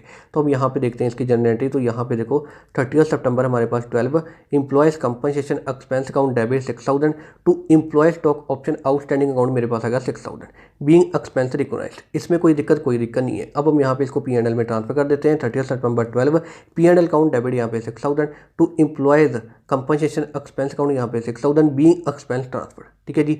तो अब हमारे पास यहाँ तक ये चीज़ बिल्कुल कंप्लीट है। सो इसके बाद हमारे पास यहाँ पे 31 जुलाई 13 है, ठीक है जी। तो अब हमारे पास यहाँ पे 1000 ऑप्शन यहाँ पे एक्सरसाइज हो चुकी हैं। तो अब हम यहाँ पे इसकी जनरल एंट्री पास ऑन करेंगे, ठीक है जी। अब हम यहाँ पे क्या करेंगे, सबसे पहले employee stock option outstanding account हम यहाँ पे डिक्रीज करेंगे। डिक्रीज कैसे करेंगे, डेबिट करके। अच्छा जी, किस अमाउंट से करेंगे, हम यहाँ पे number of options into compensation provide, जो कि हमारे पास है 30। तो इसकी यहाँ पे कैलकुलेशन करेंगे, तो हमारे पास आ गया 30,000, और हम यहाँ पे 30,000 से इसको डिक्रीज करेंगे। तो ये देखो मेरे पास 31 जुलाई 13 employee stock option outstanding account 1000 into 30 debit आ गया मेरे पास 30,000। इसमें कोई दिक्कत नहीं है। इसके बाद हमने यहाँ पे जो अमाउंट रिसीव किया है वो हम यहाँ पे रिकॉर्ड कर देते हैं। तो यहाँ पे आएगा बैंक अकाउंट, तो यहाँ पे नंबर ऑफ ऑप्शंस कितनी है सर 1000, और यहाँ पे हमारे पास एक्सरसाइज प्राइस 60 है। तो 1000 इंटू 60, तो मेरे पास आ गया यहाँ पे 60,000। बैंक अकाउंट आ गया 1000 इंटू 60, मेरे पास आ गया डेबिट करके 60,000। इसके बाद हम यहाँ पे शेयर इशू कर देते हैं। तो मेरे पास आ गया 2 इक्विटी शेयर कैपिटल अकाउंट। तो यहाँ पे सर शेयर कितने इशू करेंगे, यहाँ पे 1000, क्योंकि ऑप्शन 1000 एक्सरसाइज हुई है, तो हम यहाँ पे 1000 शेयर इशू करेंगे। और यहाँ पे एक शेयर की जो फेस वैल्यू है वो है मेरे पास 10, ठीक है जी। तो 1000 इंटू 10 मेरे पास आ गया 10,000। इसके बाद 2 सिक्योरिटीज प्रीमियम अकाउंट, तो यहाँ पे देखो ये हमारे पास 30 है, ये 60 है, ठीक है जी। तो मेरे पास टोटल यहाँ पे 90 डेबिट हो रहा है। इसके बाद क्रेडिट यहाँ पे 10 हुआ है, तो मेरे पास बैलेंस भी करा गया यहाँ पे 80। तो 1000 इंटू 80, तो मेरे पास आ गया 80,000, जो कि होगा मेरा security premium being options exercise. Clear है। तो ये हमने यहाँ पे काम कर दिया। इसके बाद हमारे पास यहाँ पे कुछ और नहीं है, सभी की सभी ऑप्शंस हमारी यहाँ पे एक्सरसाइज हो चुकी हैं, ठीक है जी। और हमने यहाँ पे जनरल एंट्री पास ऑन करनी थी, और ये हमने यहाँ पे पूरी की पूरी जनरल एंट्रीज पास ऑन कर दी। इसके बाद हमने यहाँ पे स्टेटमेंट भी बना दी, statement showing employees compensation expense to be recognised, ठीक है जी। तो इस क्वेश्चन में हमने यही करना था, और यहाँ पे हमारा भी ये वाला क्वेश्चन बिल्कुल कंप्लीट है।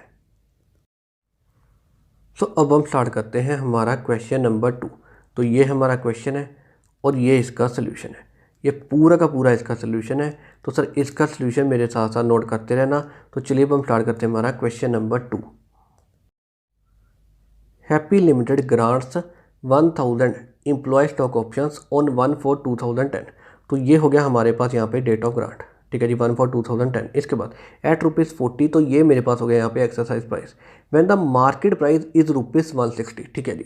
The vesting period is 2.5 years, तो यहाँ पे हमारा वेस्टिंग पीरियड 2.5 ईयर है, तो यहाँ तक है हमारा वेस्टिंग पीरियड 30 सितंबर 12 तक। इसमें कोई दिक्कत नहीं है। इसके बाद and the maximum exercise period is 1 year, तो यहाँ से लेके यहाँ तक यानी कि 30 सितंबर मेरे पास 13 तक ये मेरे पास यहाँ पे एक्सरसाइज पीरियड है, ठीक है। इसके बाद 300 अनवेस्टेड ऑप्शन लैप्स ऑन 1/5/2012, तो 1/5/2012, तो यहाँ पे हमारे पास 300 ऑप्शन लैप्स हो चुकी हैं।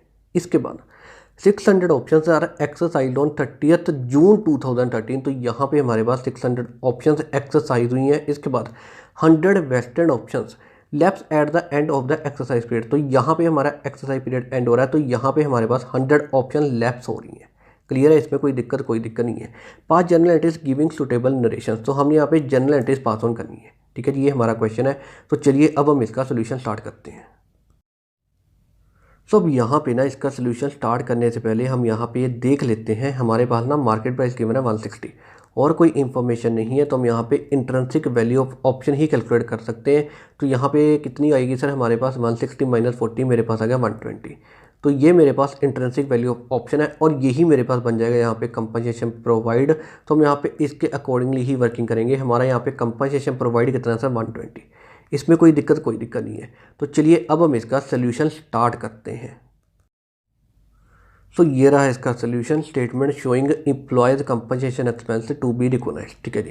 तो number of option vested, total compensation expense to be recognised till now, compensation expense recognised previously, compensation expense to be recognised now, ठीक है जी।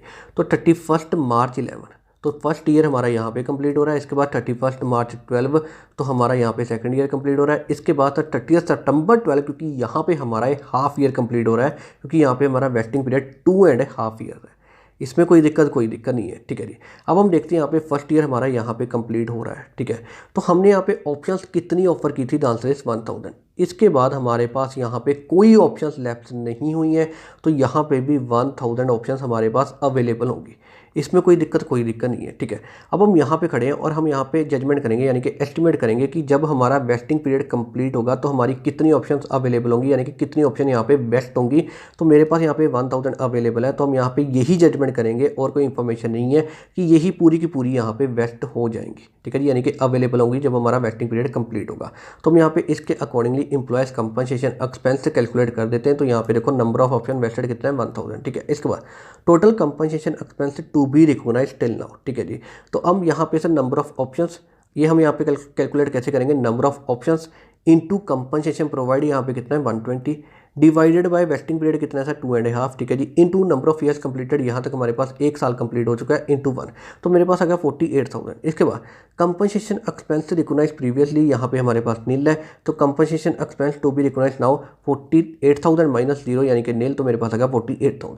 इसके अकॉर्डिंगली हम यहाँ पे जनरल एंट्री पास ऑन कर देते हैं। तो यहाँ पे देखो 31 March 11 employees compensation expense account debit यहाँ पे 48,000 to employee stock option outstanding account यहाँ पे 48,000 बीइंग एक्सपेंस रिकॉग्नाइज्ड। इसके बाद ये जो एक्सपेंस है हम P&L में ट्रांसफर कर देते हैं।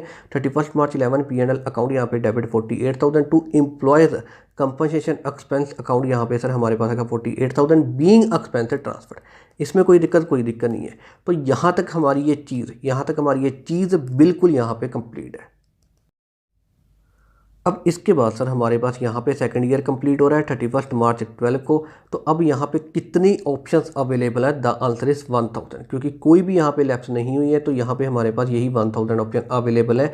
और इसके बाद हम यहाँ पे जजमेंट करते हैं, यानी कि एस्टिमेट करते हैं जब हमारा वेस्टिंग पीरियड कंप्लीट होगा तो यहाँ पे कितनी ऑप्शंस अवेलेबल होंगी। तो बेस्ट जजमेंट यही है, ये पूरी की पूरी अवेलेबल होंगी 1000।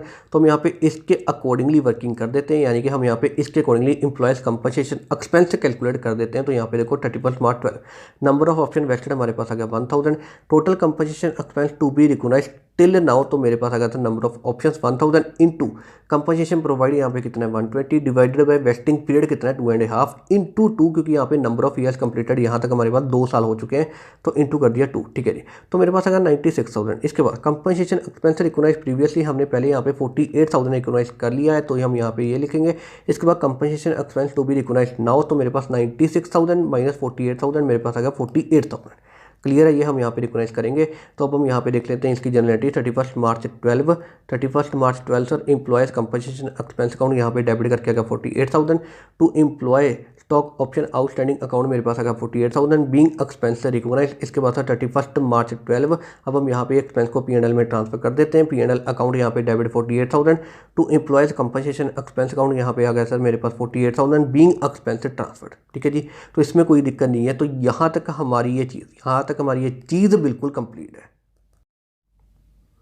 सो अब इसके बाद हमारे पास यहाँ पे नेक्स्ट हाफ ईयर, क्योंकि यहाँ तक तो हमने वर्किंग कर ली, अब हमारा नेक्स्ट हाफ ईयर कंप्लीट होता है 30 सितंबर 12 को, क्योंकि यहाँ पे वेस्टिंग पीरियड 2.5 ईयर है। तो नेक्स्ट हाफ ईयर हमारे पास यहाँ पे ही कंप्लीट होता है। ठीक है, अब यहाँ पे देखो, यहाँ पे हमारे पास कितनी ऑप्शंस वेस्ट हुई हैं दान से 700। सर ऐसा क्यों? देखो यहाँ पे हमारे पास 1000 अवेलेबल थी, इसके बाद 300 हमारे पास यहाँ पे लैप्स हो चुकी हैं, तो यहाँ पे 700 ही ऑप्शन है जो कि यहाँ पे वेस्ट हुई हैं। क्लियर है। अब हम यहाँ पे इसके accordingly employees compensation expense calculate कर देते हैं। तो यहाँ पे देखो 30 सितंबर हमारे पास 12, नंबर ऑफ ऑप्शन वेस्टेड हमारे पास कितनी है 700। ठीक है जी, total compensation expense to be recognised till now. तो ये हम यहाँ पे कैलकुलेट कैसे करेंगे? देखो number of option 700 into compensation provide हमारे पास कितना है 120 divided by vesting period 2.5 into करूँगा सर 2.5 बिकॉज यहाँ तक हमारे पास 2.5 ईयर्स कंप्लीट हो चुके हैं। ठीक है जी, अब मेरे पास आ गया 84,000। अब देखो यहाँ पे कंपनसेशन एक्सपेंस रिकॉग्नाइज प्रीवियसली, तो हमने अभी तक कितना रिकॉग्नाइज कर लिया है? पहले 48,000 पहले साल में, 48,000 हमारे पास दूसरे साल में, तो टोटल आ गया मेरे पास 96,000। इसमें कोई दिक्कत नहीं है।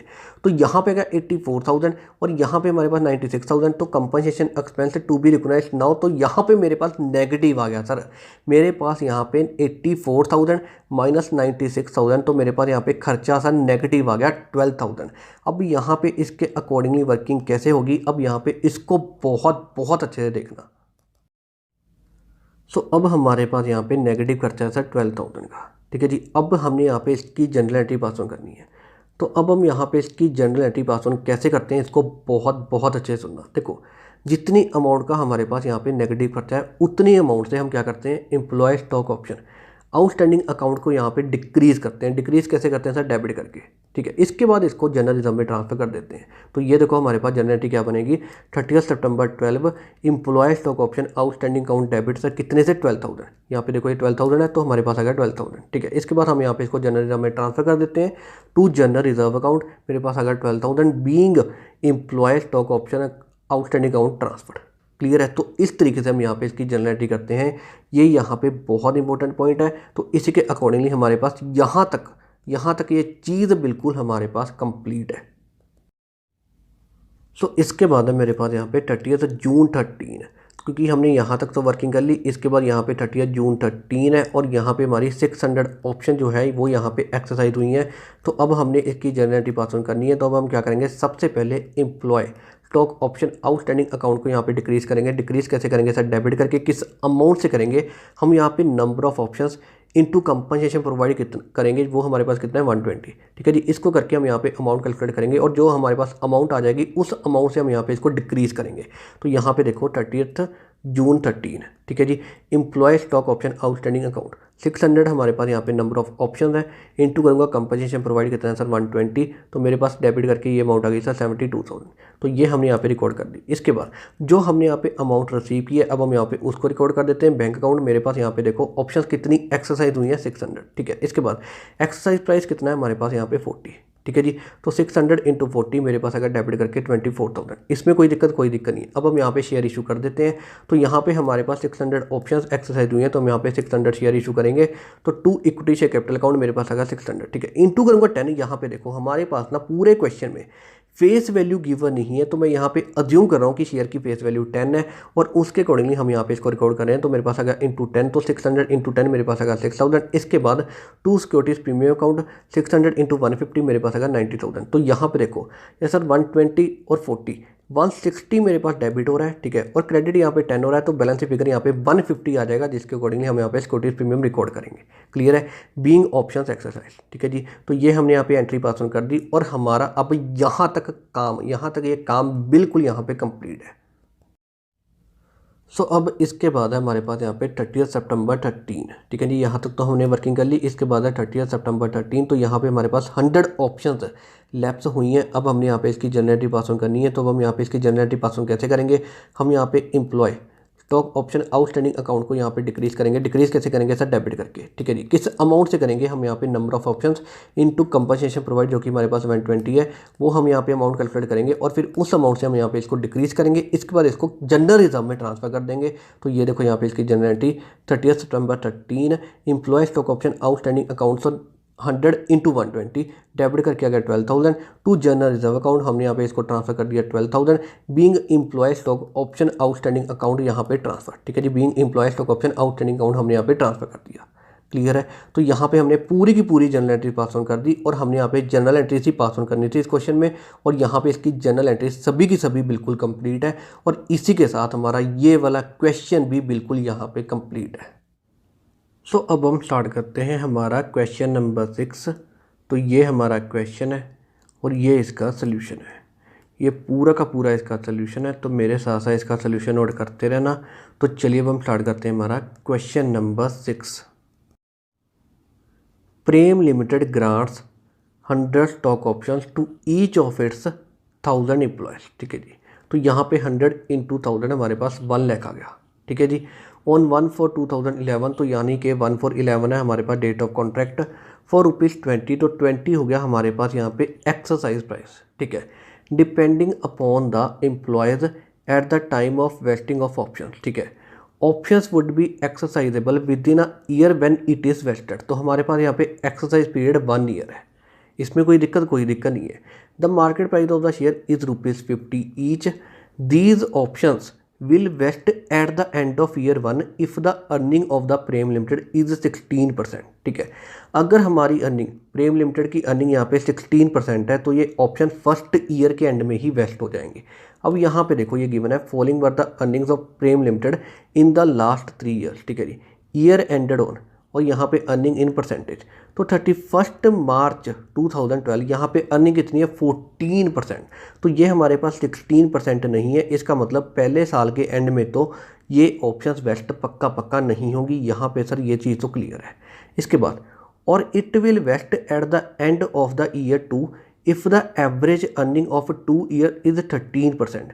अगर हमारे पास यहाँ पे एवरेज अर्निंग 2 साल की 13% है, तो ये सेकंड ईयर के एंड में वेस्ट हो जाएंगी, ठीक है। अब यहाँ पे देखो 31 मार्च 2013 की अर्निंग कितनी है 10%, ठीक है। तो 14 + 10 मेरे पास आ गया 24%, ठीक है जी। अब मैं करूँगा इनकी एवरेज, तो डिवाइडेड बाय 2 मेरे पास यहाँ पे आ गया 12%।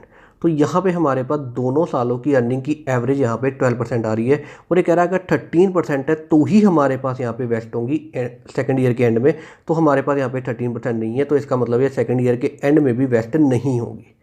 क्लियर है, बिल्कुल ठीक है जी। इसके बाद, और lastly it will vest at the end of the third year if the average earning of 3 years will be 10%, ठीक है जी। तो यहाँ पे देखो 31 मार्च 2014 को अर्निंग कितनी है 7%।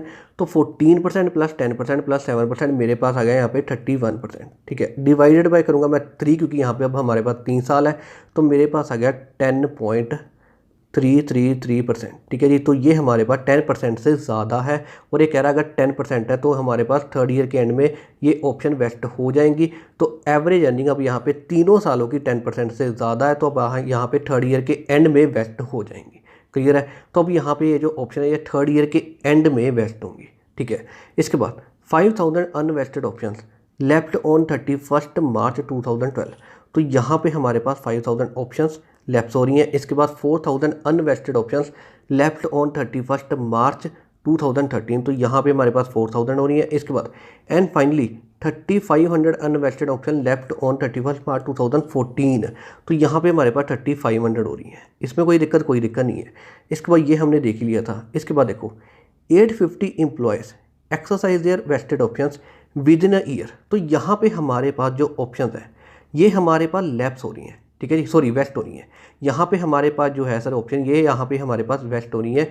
तो यहाँ पे 31 मार्च 14 को हमारे पास यहाँ पे अगर ऑप्शंस वेस्ट होंगी और एक्सरसाइज पीरियड हमारे पास यहाँ पे 1 ईयर है, तो यहाँ तक बनेगा हमारा एक्सरसाइज पीरियड, ठीक है जी। दोबारा रीड करो यहाँ पे, options would be exercisable within a year when it is vested. तो यहाँ पे हमारे पास ऑप्शन वेस्ट हो रही हैं, तो इसके 1 साल हमारे पास यहाँ पे बनेगा एक्सरसाइज पीरियड। तो ये हमारा बन गया यहाँ पे एक्सरसाइज पीरियड, और एक्सरसाइज पीरियड हमारा 31 मार्च 15 तक होगा।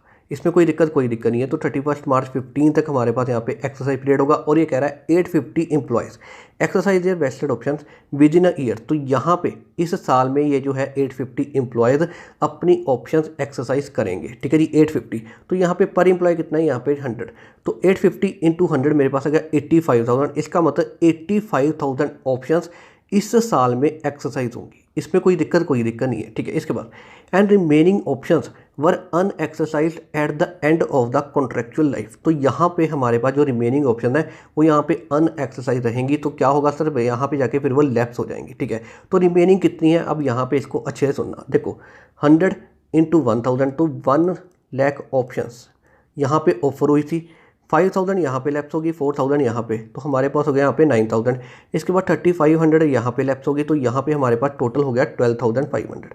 इसमें कोई दिक्कत नहीं है, ठीक है जी। 1 लाख माइनस 12500, तो मेरे पास आ गया यहाँ पे 87,500 जो ऑप्शन है वो यहाँ पे वेस्ट हुई होंगी। इसमें कोई दिक्कत नहीं है। देखो 1 लाख हमने ऑफर की, 5000 यहाँ पे लैप्स होगी, ठीक है जी, 4000 यहाँ पे और 3500 यहाँ पे। इसका मतलब हमारे पास यहाँ पे 12,500 टोटल लैप्स हो चुकी हैं। इसके बाद 87,500 ही यहाँ पे वेस्ट हुई होंगी। इसमें कोई दिक्कत नहीं है। इसके बाद 85,000 इसमें से हमारे पास यहाँ पे एक्सरसाइज होगी, तो रिमेनिंग कितनी बच गई सर, 2500, जो कि यहाँ पे जाके लैप्स होंगे। इसमें कोई दिक्कत, अब मैंने आपको यहाँ पे सारी चीज़ें अच्छे से एक्सप्लेन कर दी। इसके बाद हमने करना क्या है, pass journal entries for the above. हमने यहाँ पे जनरल एंट्रीज पास ऑन करनी है। क्लियर है, क्वेश्चन मैंने आपको बिल्कुल अच्छे से एक्सप्लेन कर दिया। तो चलिए अब हम इसका सोल्यूशन स्टार्ट करते हैं। तो अब यहाँ पे ना इसका सोल्यूशन स्टार्ट करने से पहले हम यहाँ पे देखते हैं, हमें ना market price of share given है और हमारे पास कोई इन्फॉर्मेशन नहीं है, तो हम यहाँ पे intrinsic value of option he calculate कर सकते हैं। और वो हम कैलकुलेट कैसे करेंगे, देखो मार्केट प्राइस ऑफ शेयर, ठीक है जी, 50 माइनस एक्सरसाइज प्राइस हमारे पास कितना है 20, तो 50 माइनस 20 मेरे पास आ गया 30। तो 30 है मेरे पास इंट्रिंसिक वैल्यू ऑफ ऑप्शन, तो यही बन जाएगा मेरे पास यहाँ पे कंपनसेशन प्रोवाइड, और हम इसके अकॉर्डिंगली ही वर्किंग करेंगे। तो मेरा यहाँ पे कंपनसेशन प्रोवाइड कितना है 30। क्लियर है, इसके अकॉर्डिंगली हम यहाँ पे वर्किंग करेंगे, ठीक है जी। तो चलिए अब हम इसका सोल्यूशन स्टार्ट करते हैं। तो ये रहा इसका solution, statement showing employees compensation expense to be recognised, ठीक है जी। तो number of option vested, total compensation expense to be recognised till now, compensation expense recognised previously, compensation expense to be recognised now, ठीक है जी। तो 31 March 12 यहाँ पे हमारा फर्स्ट ईयर एंड हो रहा है, 31 मार्च 13 यहाँ पे हमारा सेकंड ईयर, 31 मार्च 14 यहाँ पे हमारा थर्ड ईयर। इसमें कोई दिक्कत नहीं है, ठीक है जी। तो यहाँ तक हमारी ये चीज़ बिल्कुल कंप्लीट है। सो अब हम यहाँ पे देखते हैं सर 31 मार्च 12, तो यहाँ पे हमारा फर्स्ट ईयर एंड हो रहा है, ठीक है। तो मेरे पास अब यहाँ पे ऑप्शंस कितनी अवेलेबल है, देखो 1 लाख हमने ऑप्शंस ऑफर की थी, 5000 यहाँ पे हमारे पास लैप्स होगी, तो 95,000 हमारे पास अवेलेबल है। इसमें कोई दिक्कत नहीं है। अब सुनो यहाँ पे मेन चीज़, मैं सर यहाँ पे खड़ा हूँ फर्स्ट ईयर के एंड में, ठीक है जी। तो यहाँ पे तो मेरे पास अर्निंग इतनी नहीं है कि मेरी ऑप्शन यहाँ पे मेरे पास वेस्ट हो जाए, ठीक है जी। तो यहाँ पे हमारे पास अर्निंग इतनी नहीं है कि ऑप्शन हमारे पास वेस्ट हो जाए, तो यहाँ पे तो वेस्ट नहीं होंगी। अब सुनो मेन चीज़, मैं सर यहाँ पे खड़ा हूँ, अब मुझे फ्यूचर नहीं पता, मुझे यहाँ पे फ्यूचर नहीं पता, तो मैं अभी यहाँ पे खड़ा होके 31 मार्च 12 को खड़ा होके ये एस्टिमेट करूँगा कि 31 मार्च 13 जब मेरा यहाँ पे ईयर ख़त्म होगा, यानी कि नेक्स्ट ईयर मेरा जब यहाँ पे ख़त्म होगा, तो मेरे पास इतनी अर्निंग होगी कि मेरे पास यहाँ पे एवरेज 13% बन जाएगी। तो इसका मतलब ये है, ये मेरी यहाँ पे 95,000 जो ऑप्शन है ये मेरे पास नेक्स्ट ईयर में वेस्ट हो जाएंगी। क्लियर है, मैं ये एस्टिमेट करूँगा यहाँ पे, बहुत अच्छे से सुनना, ये बहुत इंपॉर्टेंट चीज़ है। मैं यहाँ पे खड़ा हूँ 31 मार्च 12 को, ठीक है जी। तो मैं यहाँ पे खड़ा होके, अब मुझे फ्यूचर तो पता नहीं है, ठीक है जी, तो मैं यहाँ पे खड़ा होके ये जजमेंट करूँगा कि नेक्स्ट ईयर में मेरे पास अर्निंग इतनी होगी कि मेरे पास यहाँ पे एवरेज अर्निंग 13% बन जाएगी, और ये जो मेरे पास 95,000 ऑप्शन है ये मेरे पास नेक्स्ट ईयर में वेस्ट हो जाएंगे। क्लियर है, तो हम उसके अकॉर्डिंगली हम यहाँ पे एम्प्लॉयज कंपनसेशन एक्सपेंस से कैलकुलेट करेंगे। अब ये कैलकुलेट कैसे करेंगे, अब यहाँ पे इसको बहुत अच्छे से देखना। So 31 March 12 number of option vested यहाँ पे आ गया 95,000। ठीक है जी। Total compensation expense to be recognised till now, तो यहाँ पे नंबर ऑफ ऑप्शंस कितने हैं सर 95,000 इंटू कंपनसेशन प्रोवाइड कितना है 30, यहाँ पे देखो 50 माइनस 20, मेरे पास आ गया यहाँ पे 30। ठीक है जी। डिवाइडेड बाय वेस्टिंग पीरियड, तो वेस्टिंग पीरियड कितना होगा 2 ईयर्स। देखो यहाँ पे अब मेरी बात बहुत अच्छे से सुनना, मैं यहाँ पे खड़ा हूँ और मैं यहाँ पे ये एस्टिमेट कर रहा हूँ कि मेरे नेक्स्ट ईयर में अर्निंग इतनी होगी कि मेरे पास यहाँ पे सेकंड ईयर के एंड में ऑप्शन वेस्ट हो जाएंगे। अगर मैं इस तरीके से यहाँ पे जजमेंट कर रहा हूँ, इस तरीके से यहाँ पे एस्टिमेट कर रहा हूँ, तो मेरे पास फिर यहाँ पे वेस्टिंग पीरियड 2 ईयर बन जाएगा, क्योंकि यहाँ पे नेक्स्ट ईयर में मेरी ऑप्शन वेस्ट हो जाएंगी। तो मैं यहाँ पे डिवाइडेड बाई 2 करूँगा। देखो यहाँ पे एक्चुअल में ऐसा नहीं है, एक्चुअल में मेरे पास यहाँ पे वेस्टिंग पीरियड 3 ईयर्स है। लेकिन बच्चे यहाँ पे देखो, अगर मैं यहाँ पे खड़ा हूँ तो मेरे लिए तो ये चीज़ तो फ्यूचर है ना, मुझे नहीं पता कि यहाँ पे क्या होगा। तो मैं यहाँ पे जजमेंट क्या कर रहा हूँ, मैं यहाँ पे खड़ा होकर ये जजमेंट कर रहा हूँ कि नेक्स्ट ईयर में मेरे पास अर्निंग इतनी होगी कि मेरी ये जो ऑप्शन है ये सेकंड ईयर के लास्ट में, सेकंड ईयर के एंड में वेस्ट हो जाएंगी। तो उसके अकॉर्डिंगली मेरा यहाँ पे वेस्टिंग पीरियड 2 ईयर्स बनेगा और उसके अकॉर्डिंगली हम यहाँ पे कैलकुलेशन कर रहे हैं। ठीक है जी। ये यहाँ पे बहुत इंपॉर्टेंट चीज़ है, हमने यहाँ पे डिवाइडेड बाई 2 किया है, ये यहाँ पे बहुत इंपॉर्टेंट चीज़ है। ठीक है जी। तो इंटू करेंगे यहाँ पे नंबर ऑफ ईयर्स कंप्लीटेड, तो यहाँ तक हमारे पास 1 साल कंप्लीट हो चुका है। तो यहाँ पे आ गया सर इंटू 1 और मेरे पास यहाँ पे अब आ गया 14,25,000। इसमें कोई दिक्कत नहीं है। तो 14,25,000 आ गया। कंपनसेशन एक्सपेंस रिकॉग्नाइज प्रीवियसली यहाँ पे हमारे पास नील है, तो यही बन जाएगा compensation expense to be recognise now. तो 14,25,000 माइनस यहाँ पे आ जाएगा नील, तो मेरे पास यहाँ पे आ गया 14,25,000। इसमें कोई दिक्कत नहीं है। अब हम इसके अकॉर्डिंगली यहाँ पे जनरल एंट्री पास ऑन कर देते हैं। तो मेरे पास आ गया sir 31 March 12 employees compensation expense account debit 14,25,000 to employee stock option outstanding account, यहाँ पे आ गया सर 14,25,000 बीइंग एक्सपेंस रिकॉग्नाइज्ड। अब हम यहाँ पे इसको P&L में भी ट्रांसफर कर देते हैं। 31 मार्च 12 P&L अकाउंट डेबिट मेरे पास आ गया 14,25,000 to employees compensation expense account, यहाँ पे आएगा 14,25,000 बीइंग एक्सपेंस ट्रांसफर। तो इसमें कोई दिक्कत नहीं है। तो हमने सर यहाँ तक बिल्कुल प्रॉपर वर्किंग कर ली। सो इसके बाद है मेरे पास यहाँ पे 31 मार्च 13। ठीक है जी। तो यहाँ तक तो हमने वर्किंग कर ली। इसके बाद है 31 मार्च 13। तो यहाँ पे मेरे पास 4,000 ऑप्शंस और लैप्स होगी। देखो अब मेरे पास 95,000 ऑप्शन यहाँ पे अवेलेबल थी, 4,000 यहाँ पे लैप्स होगी। इसका मतलब मेरे पास अब यहाँ पे 91,000 अवेलेबल है। इसमें कोई दिक्कत नहीं है। अब देखो मैं यहाँ पे खड़ा हूँ 31 मार्च 13 पे। ठीक है जी। अब मेरे पास यहाँ पे अर्निंग इतनी नहीं है कि यहाँ पे मेरी ऑप्शंस वेस्ट हो। ठीक है जी। मेरे पास अब यहाँ पे अर्निंग इतनी नहीं है कि मेरी एवरेज अर्निंग 13% बन जाए और यहाँ पे मेरी ऑप्शन वेस्ट हो जाए। ठीक है जी। तो अब मैं यहाँ पे खड़ा होकर ये जजमेंट करूँगा कि नेक्स्ट ईयर में मेरी अर्निंग इतनी होगी कि मेरे पास यहाँ पे तीनों सालों की मिला के एवरेज अर्निंग इतनी बन जाएगी कि यहाँ पे मेरी ये ऑप्शन वेस्ट हो जाए। यानी कि मेरे पास यहाँ पे मैं अब यहाँ पे खड़ा होकर ये जजमेंट करूँगा कि नेक्स्ट ईयर में मेरी अर्निंग इतनी होगी कि तीनों सालों को मिला के यहाँ पे एवरेज अर्निंग 10% बड़ी ईजिली बन जाएगी और मेरी ये जो ऑप्शन है 91,000 ये सर मेरे पास थर्ड ईयर के एंड में वेस्ट हो जाएंगी। तो इसलिए अब मैं यहाँ पे 91,000 के accordingly employees compensation expense calculate करूँगा। क्लियर है। तो यहाँ पे देखो 31 मार्च 13। ठीक है। तो नंबर ऑफ ऑप्शन वेस्टेड मेरे पास यहाँ पे आ गया 91,000। तो total compensation expense to be recognised till now, तो 91,000। ठीक है जी। Number of options into compensation provide कितना है 30 डिवाइडेड बाय 3, क्योंकि यहाँ पे देखो अगर मैं यहाँ पे खड़ा हूँ और ये जजमेंट कर रहा हूँ कि नेक्स्ट ईयर में मेरे पास यहाँ पे ऑप्शन वेस्ट हो जाएंगी, तो यहाँ तक तो 2 साल कंप्लीट हो चुके हैं। इसके बाद नेक्स्ट ईयर हमारे पास 1 साल है, तो यहाँ पे फिर वेस्टिंग पीरियड 3 साल बन जाएगा। क्योंकि अगर मैं ये जजमेंट कर रहा हूँ कि नेक्स्ट ईयर में मेरे पास ऑप्शन वेस्ट हो जाएंगी, तो सर इसका मतलब यहाँ तक फिर मेरे पास ऑप्शन वेस्ट होंगी, तो यहाँ पे हमारे पास फिर 3 साल बन जाएगा वेस्टिंग पीरियड। तो अब हम यहाँ पे डिवाइडेड बाय 3 करेंगे इंटू यहाँ पे 2, क्योंकि यहाँ तक हमारे पास 2 साल कंप्लीट हुए हैं, तो इंटू कर दिया 2। ठीक है जी। तो ये यहाँ पे बहुत इंपॉर्टेंट चीज़ है, मैंने आपको अच्छे से एक्सप्लेन कर दिया। ठीक है जी। अब ये सारी चीज़ें करने के बाद मेरे पास आ गया 18,20,000। ठीक है जी। तो total compensation expense to be recognised till now मेरे पास आ गया 18,20,000। कंपनसेशन एक्सपेंस रिकॉग्नाइज प्रीवियसली मेरे पास है सर, यहाँ पे देखो हमने ये रिकॉग्नाइज किया था पिछले साल, तो मेरे पास आ गया 14,25,000। 18,20,000 में से ये 14,25,000 हम माइनस करेंगे, मेरे पास आ गया 3,95,000 compensation expense to be recognise now. ठीक है जी। इसमें कोई दिक्कत नहीं है। अब हम यहाँ पे इसके अकॉर्डिंगली जनरल पास ऑन कर देते हैं। तो यहाँ पे देखो 31 मार्च 13 employees compensation expense account debit 3,95,000, तो यहाँ पे देखो हमारे पास 3,95,000, ठीक है जी। इसके बाद to employee stock option outstanding account मेरे पास आएगा 3,95,000 बीइंग एक्सपेंस रिकॉग्नाइज्ड। अब हम यहाँ पे इस एक्सपेंस को P&L में ट्रांसफर कर देते हैं। 31 मार्च 13 P&L अकाउंट यहाँ पे debit 3,95,000 to employees compensation expense account यहाँ पे आएगा 3,95,000 बीइंग एक्सपेंस ट्रांसफर, ठीक है जी। इसमें कोई दिक्कत नहीं है। तो अब यहाँ तक हमारी ये चीज़ बिल्कुल यहाँ पे कंप्लीट है।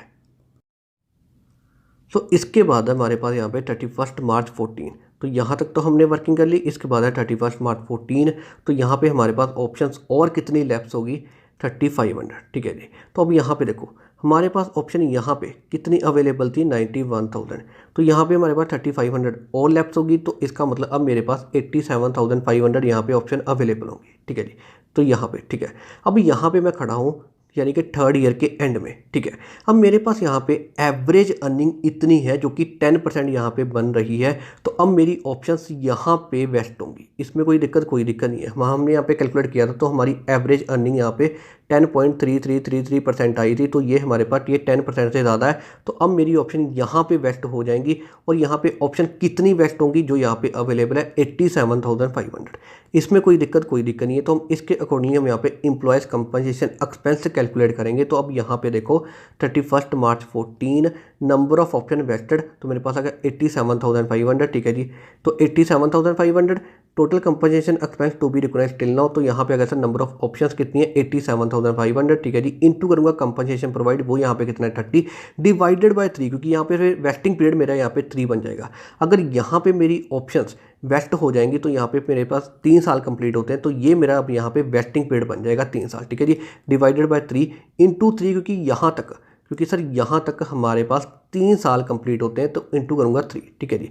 तो यहाँ पे मेरे पास total compensation expense to be recognised till now कितना आ गया 26,25,000। इसमें कोई दिक्कत नहीं है। इसके बाद कंपनसेशन एक्सपेंस रिकॉग्नाइज्ड प्रीवियसली, तो पहले साल इतना है, दूसरा साल इतना है। अब हम यहाँ पे इनका करेंगे टोटल, मेरे पास आ गया 18,20,000, ठीक है जी। इसके बाद compensation expense to be recognised now, तो 26,25,000 में से 18,20,000 हम यहाँ पे माइनस करेंगे, तो मेरे पास आ गया 8,05,000 जो हम यहाँ पे रिकॉग्नाइज करेंगे। क्लियर है। तो चलिए अब हम यहाँ पे इसकी जनरेटिव पास ऑन कर देते हैं। तो 31 March 14 employees compensation expense count debit 8,05,000, तो यहाँ पे हमारे पास 8,05,000 है। To employee stock option outstanding account मेरे पास आ गया 8,05,000, ठीक है जी। बीइंग एक्सपेंस रिकॉग्नाइज्ड, इसके बाद अब हम यहाँ पे इसको P&L में ट्रांसफर कर देते हैं। तो 31 मार्च 14 P&L अकाउंट यहाँ पे debit 8,05,000 to employee compensation expense account यहाँ पे 8,05,000 बीइंग एक्सपेंस ट्रांसफर्ड। क्लियर है, इसमें कोई दिक्कत नहीं है। तो यहाँ तक हमारी ये चीज़ बिल्कुल यहाँ पे कंप्लीट है। तो इसके बाद हमारे पास यहाँ पे ऑप्शन एक्सरसाइज हुई हैं। देखो यहाँ तक तो हमने वर्किंग कर ली। इसके बाद हमारे पास यहाँ पे 85,000 ऑप्शन एक्सरसाइज हुई हैं। अब हम यहाँ पे इसकी जनरेटिव पास ऑन कर देते हैं। तो अब हम यहाँ पे क्या करेंगे, सबसे पहले जो हमारे पास employ stock option outstanding account है इसको यहाँ पे डिक्रीज़ करेंगे। डिक्रीज़ कैसे करेंगे, डेबिट करके। अच्छा जी, अब किस अमाउंट से करेंगे, 85,000 इंटू कंपनसेशन प्रोवाइड की कैलकुलेशन करके हम यहाँ पे अमाउंट कैलकुलेट करेंगे और जो हमारे पास अमाउंट आ जाएगी उससे इसको यहाँ पे डिक्रीज़ करेंगे। तो ये देखो मेरे पास यहाँ पे 1/4/14 टू 31 मार्च 15, ये हमने क्यों लिखा है, देखो इसने कहा है 850 employees exercise their vested option, यानी कि 850 एम्प्लॉयज़ के अकॉर्डिंगली कितनी ऑप्शंस बनेगी 85,000, ठीक है जी। एक्सरसाइज देयर वेस्टेड ऑप्शन, ठीक है, विद इन अ ईयर, यहाँ पे कहा है कि विद इन अ ईयर। अब यहाँ पे प्रॉपर डेट नहीं बताई है कि कब इन्होंने ऑप्शन एक्सरसाइज किए हैं, इसलिए हमने यहाँ पे पूरा साल लिख दिया 1/4/14 से लेकर 31 मार्च 15 तक। इसमें कोई दिक्कत नहीं है, ठीक है जी। तो employee stock option outstanding account, तो मेरे पास यहाँ पे ऑप्शन कितनी है 85,000 इंटू करूँगा कंपनसेशन प्रोवाइड कितना है यहाँ पे 30, तो 85,000 इंटू 30 डेबिट करके मेरे पास आ गया 25,50,000, ठीक है जी। तो ये हमने यहाँ पे रिकॉर्ड कर लिया। अब जो हमने यहाँ पे अमाउंट रिसीव की है उसको हम यहाँ पे रिकॉर्ड कर लेते हैं बैंक अकाउंट। तो हम यहाँ पे अमाउंट कितनी रिसीव करेंगे 85,000, ठीक है जी। एक्सरसाइज प्राइस कितना है हमारे पास 20, तो 85,000 इंटू 20 मेरे पास अब यहाँ पे आ गया डेबिट करके 17 लाख। इसमें कोई दिक्कत नहीं है। अब हम यहाँ पे शेयर इशू कर देते हैं to equity share capital account. तो यहाँ पे ऑप्शंस कितनी एक्सरसाइज हुई है 85,000, तो हम यहाँ पे 85,000 शेयर इशू करेंगे, तो 85,000, ठीक है जी, इंटू करेंगे 10। देखो मेरे पास अब यहाँ पे क्वेश्चन में ना फेस वैल्यू गिवन नहीं है, तो मैं यहाँ पे अज्यूम करूँगा कि मेरे पास यहाँ पे एक शेयर की फेस वैल्यू 10 है, तो इंटू करूँगा 10, मेरे पास आ गया 8,50,000। इसके बाद to securities premium account, 85,000 into 40 मेरे पास आ गया 34 लाख बीइंग ऑप्शन एक्सरसाइज। ये हमने यहाँ पे कैलकुलेट कैसे किया, तो देखो मेरे पास यहाँ पे 30 और 20, 50 यहाँ पे डेबिट हो रहा है, इसके बाद 10 हमने यहाँ पे क्रेडिट कर दिया, तो बैलेंस फिगर यहाँ पे 40 हमारा क्रेडिट होगा, जिसके अकॉर्डिंगली हम यहाँ पे सिक्योरिटी प्रीमियम रिकॉर्ड करेंगे। क्लियर है, बीइंग ऑप्शन एक्सरसाइज। तो यहाँ तक हमारी ये चीज़ बिल्कुल कंप्लीट है। हमने यहाँ पे ऑप्शन एक्सरसाइज हुई है, ये हमने यहाँ पे रिकॉर्ड कर दी, इसकी हमने यहाँ पे जनरल एंट्री पास ऑन कर दी। तो यहाँ तक हमारी ये चीज़ बिल्कुल यहाँ पे कंप्लीट है। सो इसके बाद हमारे पास यहाँ पे 31 मार्च 15, तो यहाँ पे हमारी 2500 ऑप्शन लैप्स हुई हैं। देखो यहाँ पे 87,500 ऑप्शन हमारी वेस्ट हुई थी, उसमें से इतनी 85,000 हमारी एक्सरसाइज होगी, तो बच कितनी की 2500, तो ये यहाँ पे हमारे पास लैप्स हुई हैं। ठीक है जी, तो ये हमारे पास यहाँ पे लैप्स होगी। अब हम यहाँ पे क्या करेंगे, इसकी जनरल पास ऑन करेंगे। तो जनरल पास ऑन कैसे करेंगे, हम यहाँ पे employee stock option outstanding account को यहाँ पे डिक्रीज करेंगे। डिक्रीज कैसे करेंगे, ऐसा डेबिट करके। ठीक है जी, किस अमाउंट से करेंगे, 2500 यानी कि number of option into compensation provide हमारे पास कितना है 30, तो उस अमाउंट के अकॉर्डिंगली हम यहाँ पे इसको डिक्रीज करेंगे और फिर इसको जनरल रिजर्व में ट्रांसफर कर देंगे। तो यहाँ पे देखो 31 March 15 employee stock option outstanding account. ठीक है जी, तो 2500 यहाँ पे हमारे पास नंबर ऑफ ऑप्शन है, इंटू करूँगा 30 जो कि हमारे पास कंपनसेशन प्रोवाइड है, डेबिट करके आ गया 75,000। इसमें कोई दिक्कत नहीं है। अब मैं इसको यहाँ पे जनरल रिजर्व में ट्रांसफर कर देता हूँ टू जनरल रिजर्व अकाउंट। मेरे पास आ गया 75,000 being employee stock option outstanding account यहाँ पे ट्रांसफर्ड। ठीक है जी, तो यहाँ तक हमने ये पास ऑन कर दिया। अब इसके बाद हमारे पास कुछ और है नहीं, और यहाँ पे हमने जनरल एंट्री पास ऑन करनी थी, और यहाँ पे हमने सभी की सभी जनरल एंट्री सर, ये सभी की सभी जनरल एंट्री पास ऑन कर दी। और इसी के साथ सर हमारा ये वाला क्वेश्चन है बिल्कुल कंप्लीट है। इसमें जनरल एंट्री पास ऑन करनी थी और ये हमने यहाँ पे कर दी, और यहाँ पे हमारा ये वाला क्वेश्चन है बिल्कुल कंप्लीट है। सो अब यहाँ पे हमारा concept number 1 accounting of employ stock option plan यानी कि ESOPs when vesting period is given बिल्कुल कंप्लीट है। हमने इसकी सारी चीज़ें कर ली और यहाँ पे हमारा ये वाला कॉन्सेप्ट बिल्कुल कंप्लीट है। सो अब हम यहाँ पे आज का लेक्चर एंड करते हैं। आई होप आपको आज का लेक्चर अच्छा लगा होगा। तो मिलते हैं हमारे नेक्स्ट लेक्चर में।